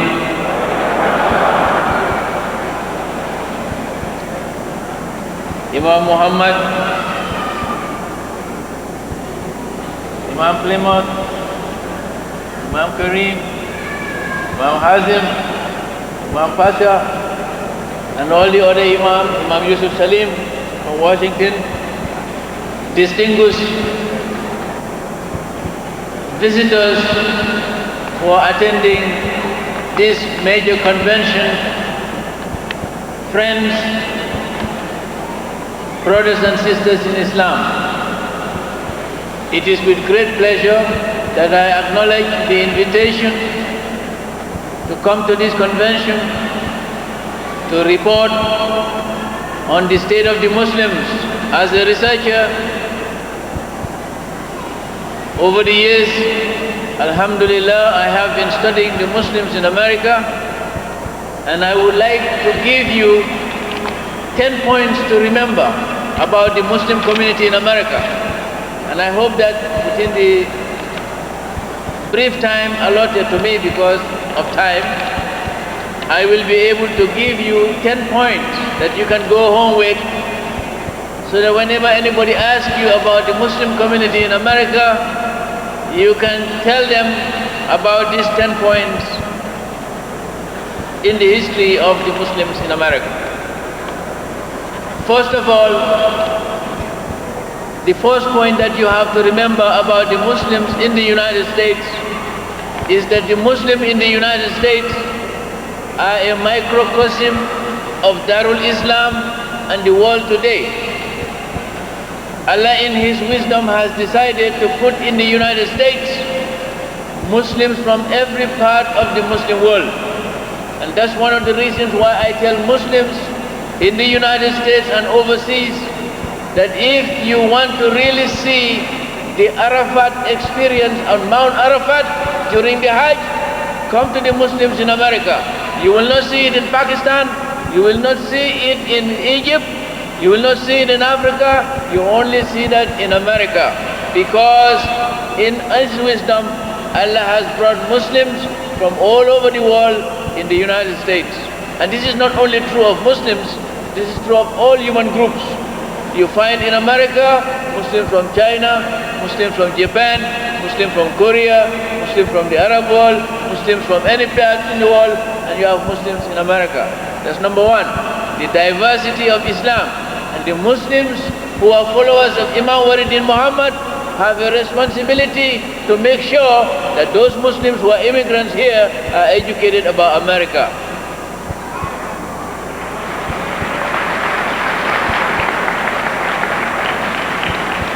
This is a very important issue because they have to know the social and political history of America in order for them to be good Muslims, carrying the message of Islam to American society. The Muslims who come from overseas have a responsibility to make sure that the intellectual heritage of Islam in the old world are brought here. We have two traditions now in America. We have Orientalism and we have traditional Islamic knowledge. The Muslims here in the United States have a responsibility to make sure that knowledge about Islam is not distorted. And here, all of us have a responsibility to do this. This is the second point. Knowledge about the deen, the diversity of the deen.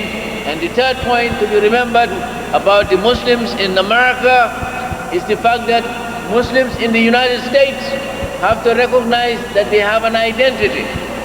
And their identity is built on two principles.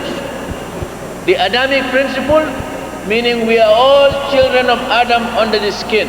Whether you are Muslim, Christian or Jew, you are all children of Adam under the skin. The second principle for the Muslims to remember is the fact that as Muslims in the United States, they are part of the Abrahamic tradition. The Abrahamic tradition.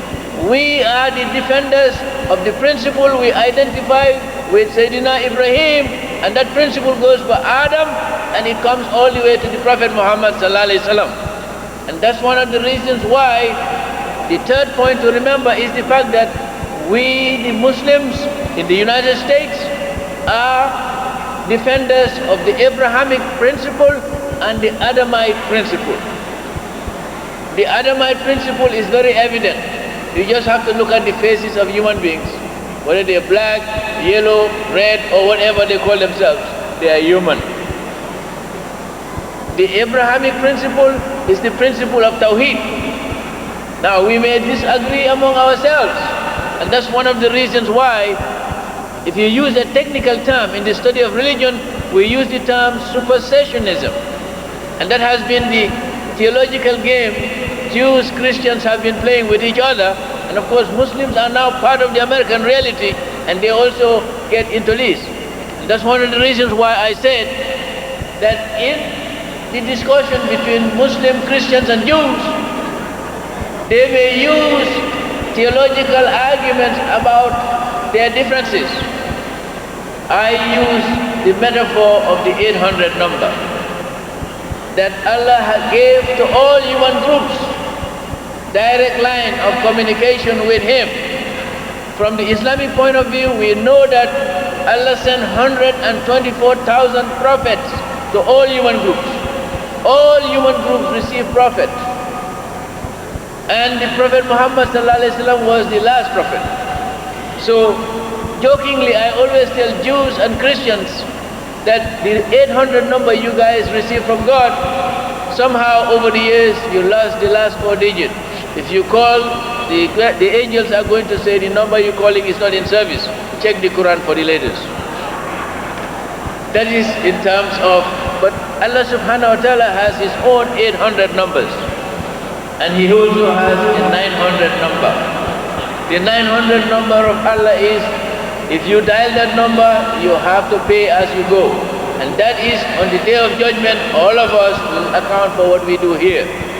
So whether you're a Jew, Christian or Muslim or Buddhist or whatever you call yourself, you have a responsibility to serve God here below. So the fourth principle that we have to remember, the fourth point we have to remember with regard to the fact that we are Muslims in America is the fact that the Muslims now are more than 6 million, as some scholars would say. Some would say at least 6 million Muslims. But regardless of the number, since the US government does not take statistics, the American Muslim community have a responsibility. And here again, the followers of Imam Waridin Muhammad constitute a significant portion of the Muslim community here, and there is a great responsibility to do da'wah among Americans. And I repeat, do da'wah among Americans. And this is one of the reasons why I will call upon all Muslims, especially those who are at this convention, to give total support and commitment to the ministry of Imam W.D. Muhammad.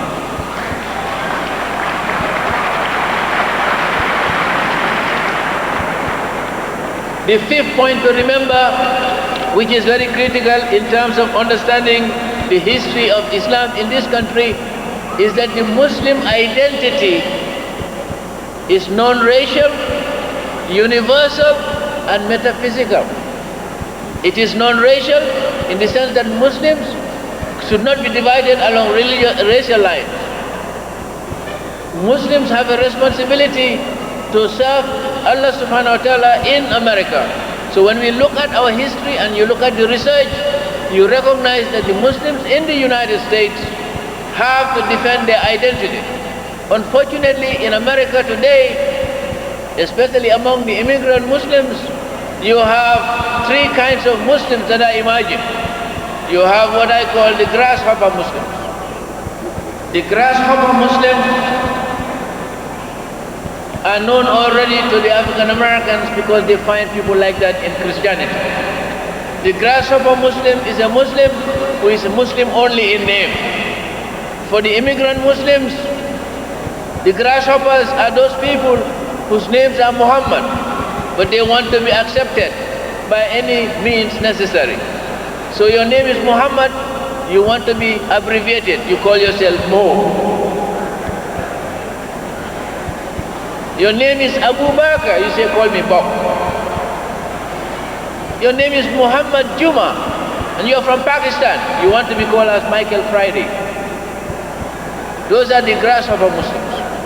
African Americans are not very well aware of the grasshopper Muslims, but they exist. I'm sure you see them sometimes.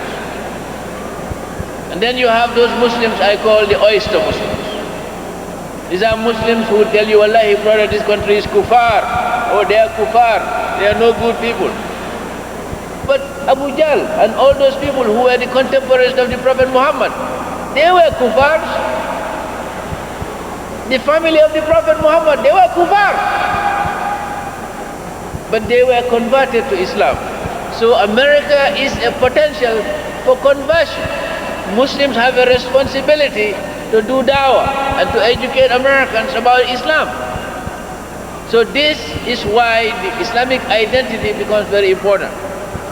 The seventh point I would like to leave you with regard to what is happening to the Muslim community is that the Muslim community is now engaged in building institutions. And the contribution of the Honorable Elijah Muhammad to the Islam in America is not usually talked about the way it should be talked about. Many Muslims in the United States are today actively involved in serious practice of the deen, likely because of his efforts. And this is a point that has to be emphasized. Nobody can deny that.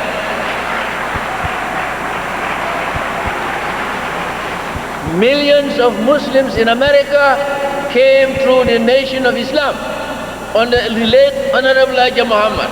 And the contribution of Imam Waridin Muhammad is in the promotion of his father's policy by going to a higher level and taking his people with him as his father instructed him.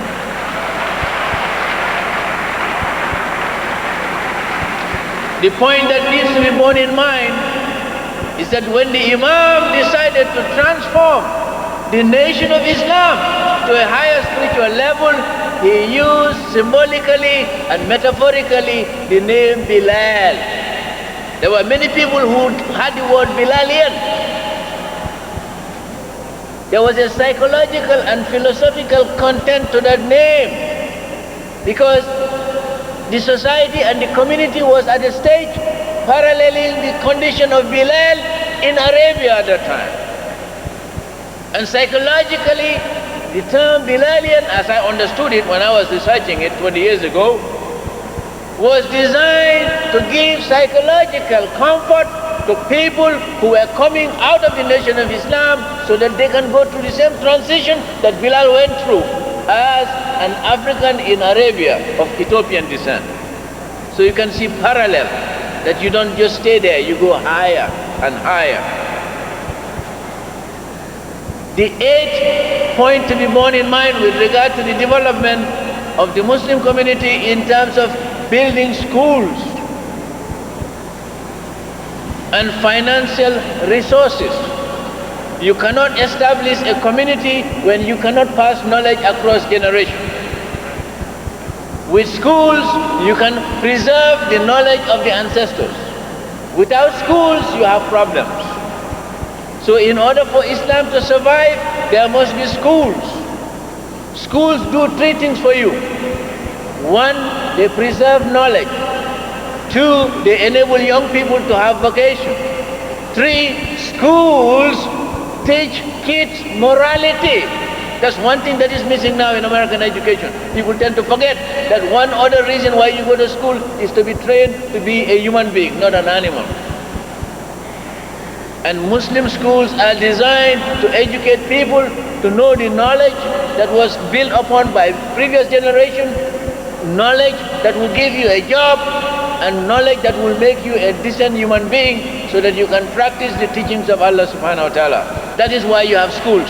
And that's one of the reasons why the Sister Clara Muhammad schools have been a major pioneering institution, and they must be kept, maintained, and supported.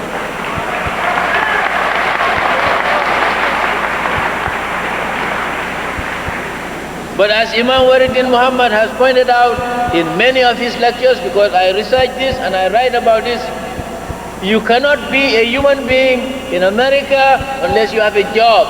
You have to read, you have to write, you have to study. And when you read, write, study, you get a job. If you don't get a job from someone else, you create a job for yourself. And that is a very important part of growing up in the modern world. So this last point that you have to recognize is the fact that the dignification of a group, and Islam is a self-dignifying and collective dignifying agency. Once you are a Muslim, you dignify yourself. So in America, as Muslims move into the 21st century, they have to recognize that apart from building schools, mosques, and other structures that will enable them to develop, they must also learn to dignify themselves. Because Muslims cannot dialogue with any other groups if they don't have dignity. And the only way you can have dignity is to work and help yourself. And through the institutionalization of economic cooperation, Muslims will be able to participate in the economy, and because Muslims are able to compete in the society and are able to follow the example of the Prophet Muhammad, they will be trusted by others. This is part of the history of Islam which Muslims must recognize. You study, you develop yourself, and you establish good character so that people trust you. The Prophet Muhammad was called Al-Amin, the trustworthy. Even his enemies knew that he was trustworthy. And that's one of the reasons why Islam was the system that introduced the check. Today, American civilization has taken the check to a higher level. They make it the plastic MasterCard Visa. But there's a fundamental difference between the Islamic principle of trust and the kind of trust you have. When you go into a gas station and you pull your MasterCard or Visa, they will fill the tank up. Not because they trust you, but they trust MasterCard. In Islamic history, Muslims develop trust with one another because all of them tawakkaltu ala Allah, they all trust Allah. I trust you because you trust Allah, you trust me because I trust Allah, so we have a triangular relationship. And that is very important. So finally, I would say that in the interest of time, you, the Muslims of America, should remember 3 points regarding the contribution of the Imam towards the development of Islam.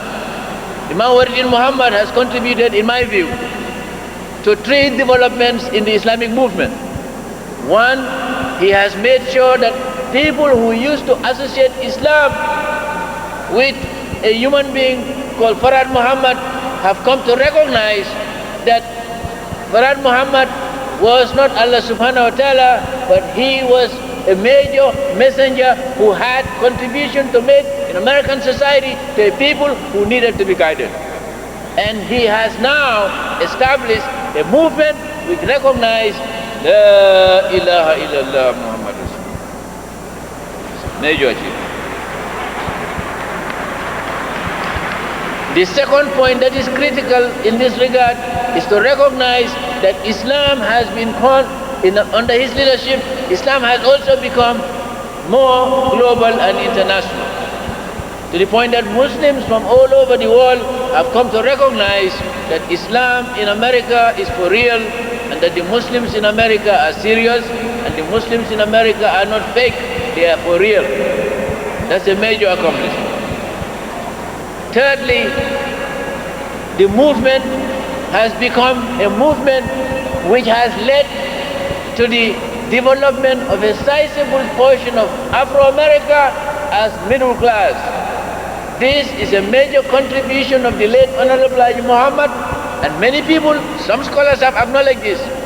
You change people to such an extent that they take pride in themselves, they dignify themselves, they work hard, and they are able to uplift themselves economically. Islam without a rising black middle class,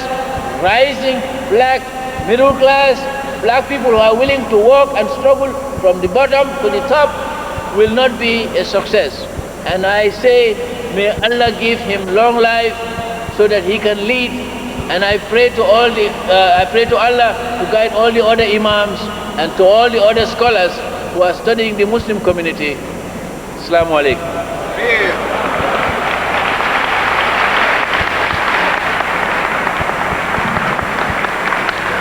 Our next and final speaker this evening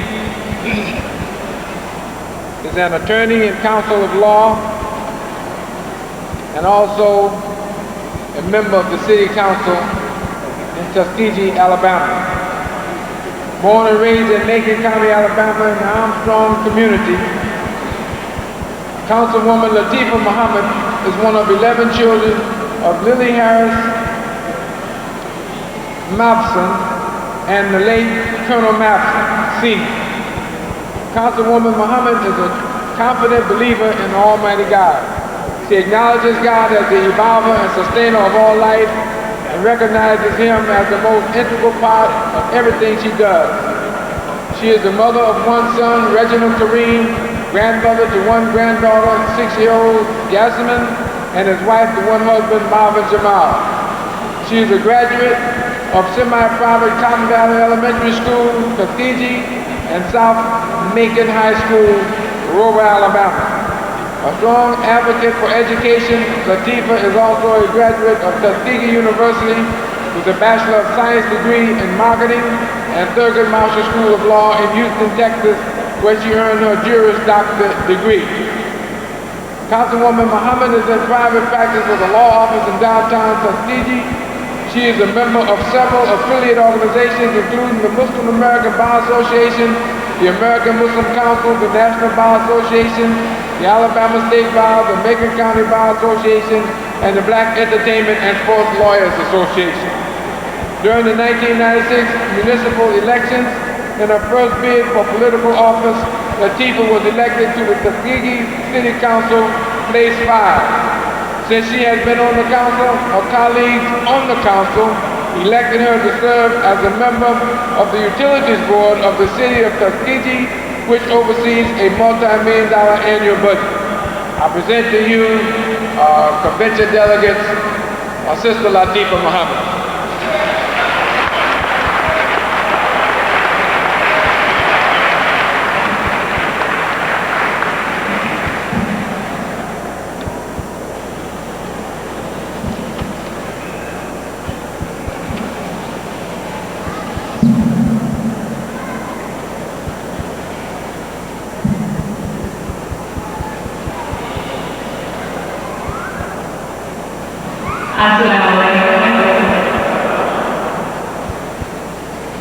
I stand before you this glorious evening in and with the name of God,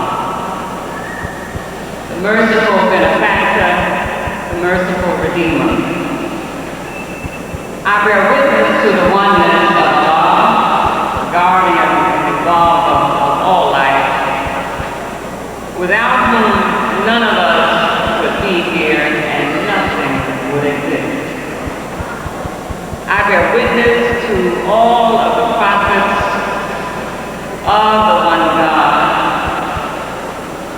From Adam to Abraham, to Moses, to Jesus, to Mohammed, and to all of those whom we do not know by name. And I bear witness that Mohammed, of over 1,400 years ago of Arabia, is the seal and last of this great line of men of God. May the prayers and peace of God be upon all of them. I thank God for this opportunity. I thank Imam Hassan for the introduction. And I also want to thank the Muslim American Society Shura for this opportunity to come before you this evening.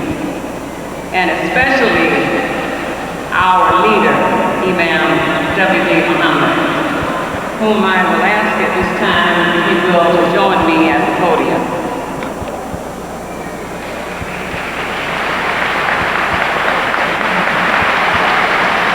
You know, as City Councilwoman, I get an opportunity to share some of the gifts of Tuskegee with various people, and I am indeed honored this evening to present to Imam Mohammed. Thank you. This is my husband Jamal, who is assisting me. Thank you. A certificate of appreciation, and it reads, with the name of Allah, the merciful benefactor, the merciful redeemer. Certificate of appreciation presented to Imam Wallace bin Mohammed, Muslim American leader, in recognition of your tireless and tremendous service to the upliftment of the human race throughout the world, and especially in the United States. Given at the 1997 Islamic Convention in Secaucus, New Jersey, on this 31st day of August, 1997, it is signed by yours truly as City Councilwoman of the City of Tuskegee, Alabama. Thank you. Thank you so much.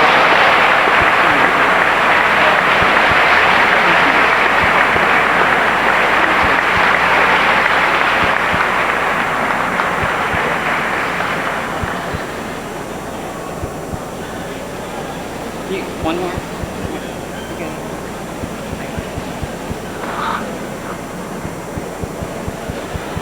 I also would like to ask our chair of the convention, if he will, to come forward. Mr. Imam Ali Muslim also have a certificate for you.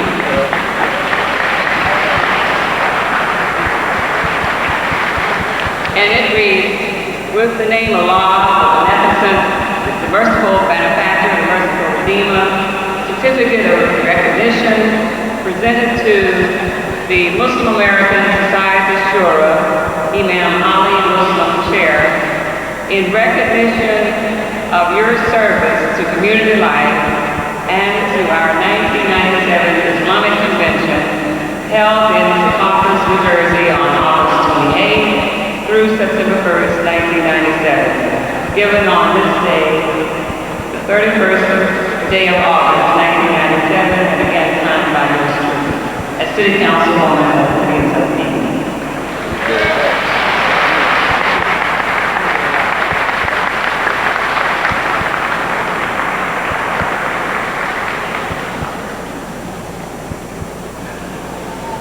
And last but certainly not least, I want to ask our guest speaker, my co-guest speaker, Dr. Suleiman Yang, to join me at the podium. And again, a certificate of recognition that reads, with the name of Allah, the merciful benefactor, the merciful redeemer, presented to Dr. Suleiman Yang, Howard University, Washington, D.C., in recognition of your service to humanity, given at the 1997 Islamic Convention held in Secaucus, New Jersey on this 31st day of August, 1997, and again signed by yours truly as City Councilwoman of the City of Tuskegee. In addition to the certificate, I would just like to mention that Dr. Inyang's country of Gambia, its native country, serves as a sister city. All of the cities serve as a sister city to the city of Tuskegee, Alabama. This is very special. Thank you. Very special. Thank you.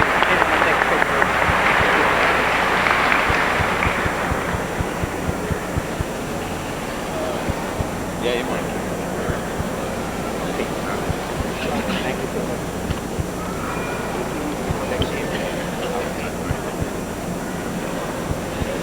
In his absence, I'd just like to mention that before Dr. Schuler left, he also received a certificate of recognition for his service to humanity. And in his absence, if you will, join me in a round of applause again for Dr. Schuler.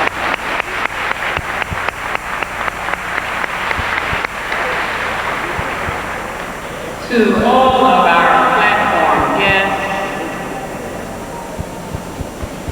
sisters, and brothers, I have been asked to share with you this evening some of my experiences as a politician in Tuskegee, Alabama. Along with that, I want to also share some of the wisdom of those experiences with which Allah has blessed me. Please allow me a moment, though, to just acknowledge a very special person who traveled here with me today or this weekend. My mother, Lily Madison, over there. And also, as I mentioned, my husband, Jamal. These are very special people in my life, and I thank them for their generous love and their tremendous support. During the latter part of 1995, I began to think seriously about getting involved in politics in my city. The political climate in Tuskegee was beginning to change. Various leaders were considered ineffective. Our population was declining. Businesses were closing. And corruption seemed to be the order of the day.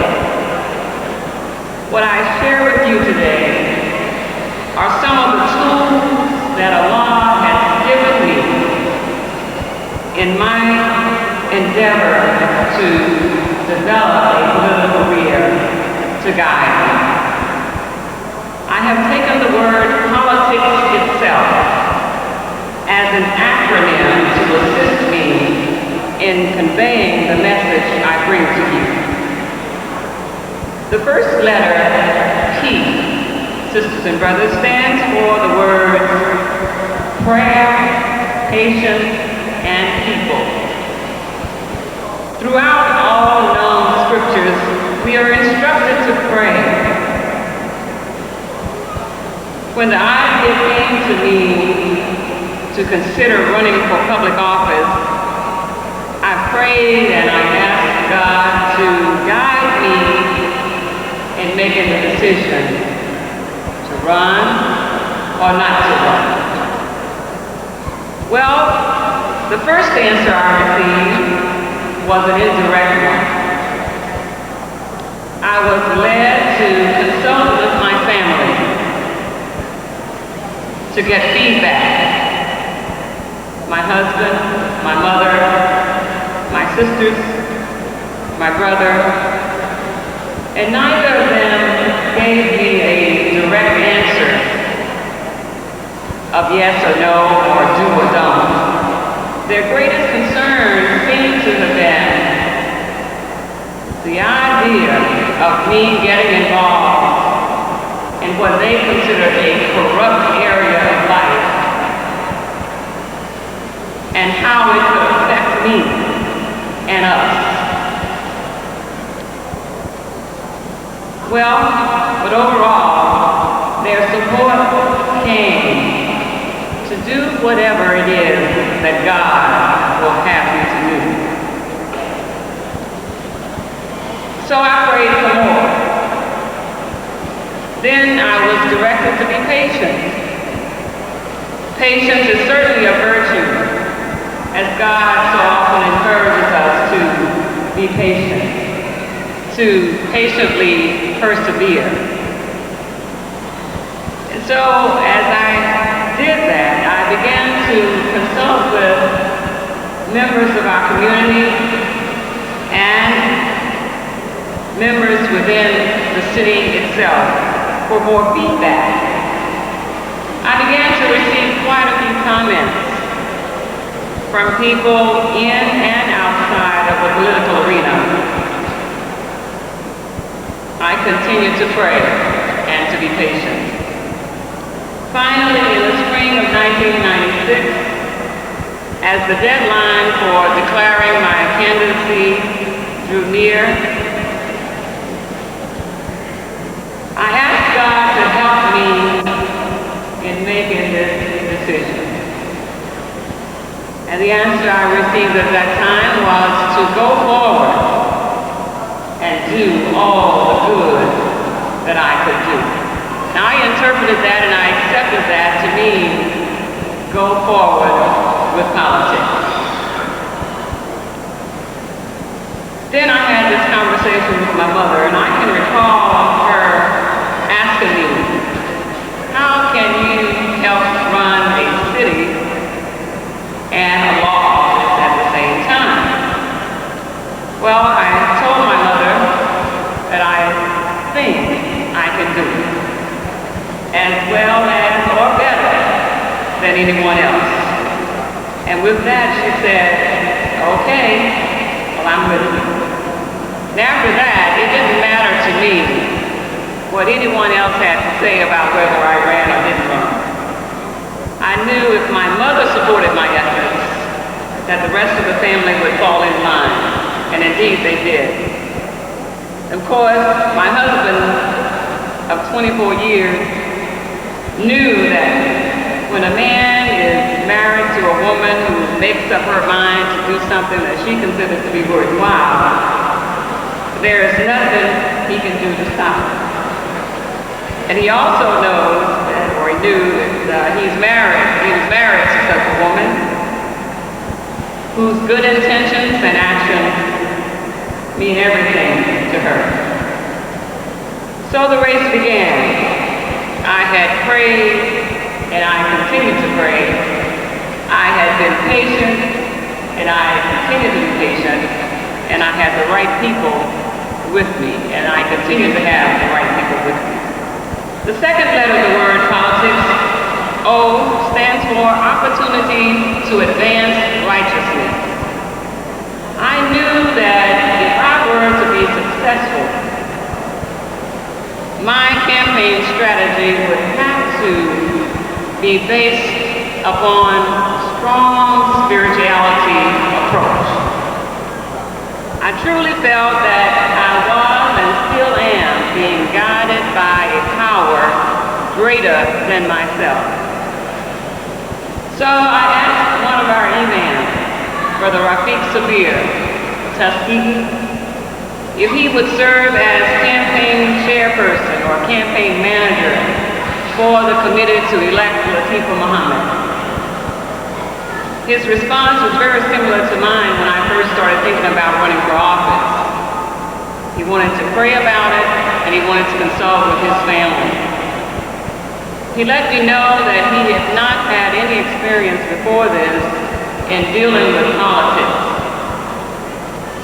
and was concerned as to whether he was qualified to manage a campaign considering his inexperience.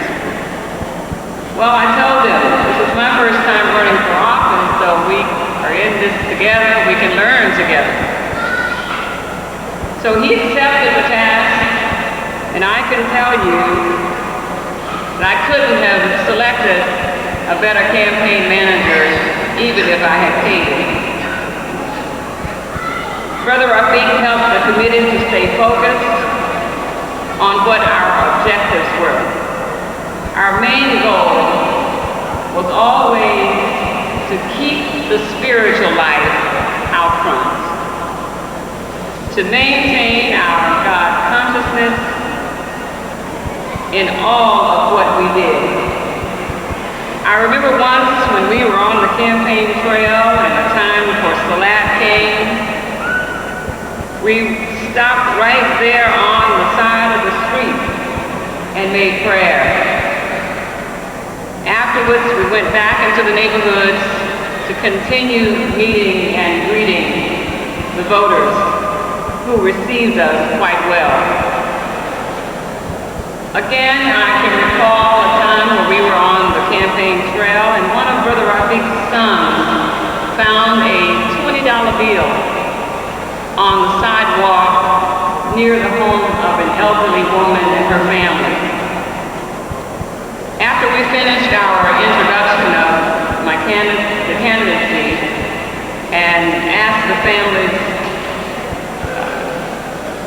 for the family's support, we asked if anyone in the home had lost some money. The mother went inside and had her daughters come to the door, and the daughter asked us, was it a $20 bill? We returned the money to her, of course, after she explained how she had recalled dropping it the night before, and that it was the last money that she had before her next payday. Before we left, of course, she promised that she would vote for us and to encourage her family and her friends to do likewise. The next letter in the word politics, L, stands for love for people and for doing right. Getting involved with politics gave me more of an opportunity to share my love for people and for doing right. During the campaign, I felt that it was essential that as we address the matters concerning the constituency, that we do it in a way that touched the hearts of the people. You know, love has always proven to be a very powerful force. And we were concerned about the issues, and we wanted the people to know that we were concerned about the issues regarding them.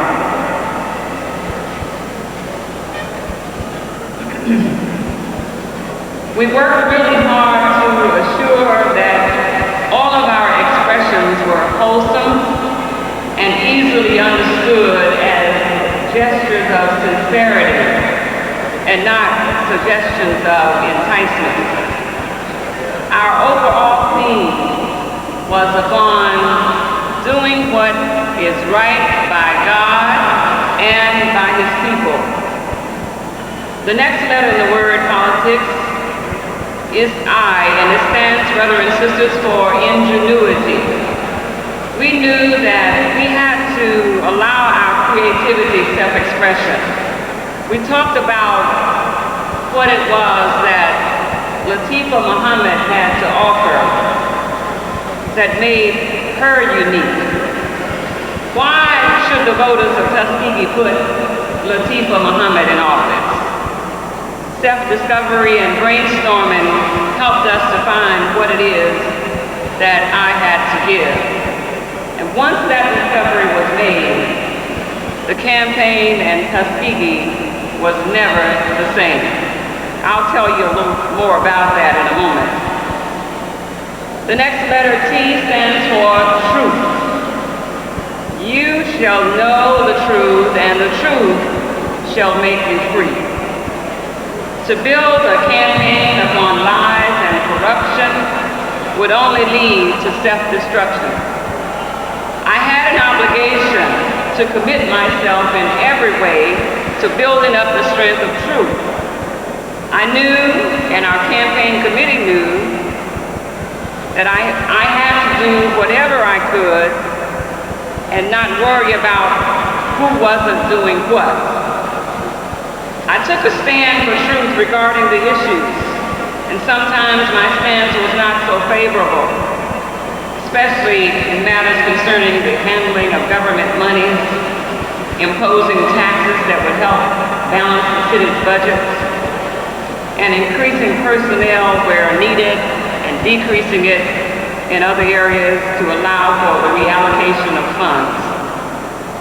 But it did not matter that I stood alone among my opponents in my stance for truth, because I knew I could count on Allah to be there with me, always guiding, directing, and protecting me. When Allah is with you, no one can be against you. And I go further to say that if Allah is with you, then it doesn't matter who is against you. The next letter, I, sisters and brothers, stands for increase your faith. The process of getting elected is quite challenging. It requires organization, hard work, money, supporters, and commitment. And at times during the campaign, the committee was not as effective as we wanted it to be. Not that they were not committed or didn't believe in the work that they were doing. It was just so happened that at times things did not go the way that we planned. Mr. Murphy came to visit us on a number of occasions.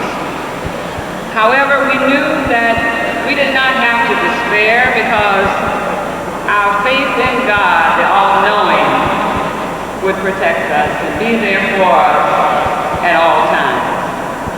We knew that if we looked to the Almighty, that He could and He would empower us with the faith to keep on keeping on. And we did, and He did. The letter C stands for the words character and courage. Earlier I mentioned self-discovery and brainstorming.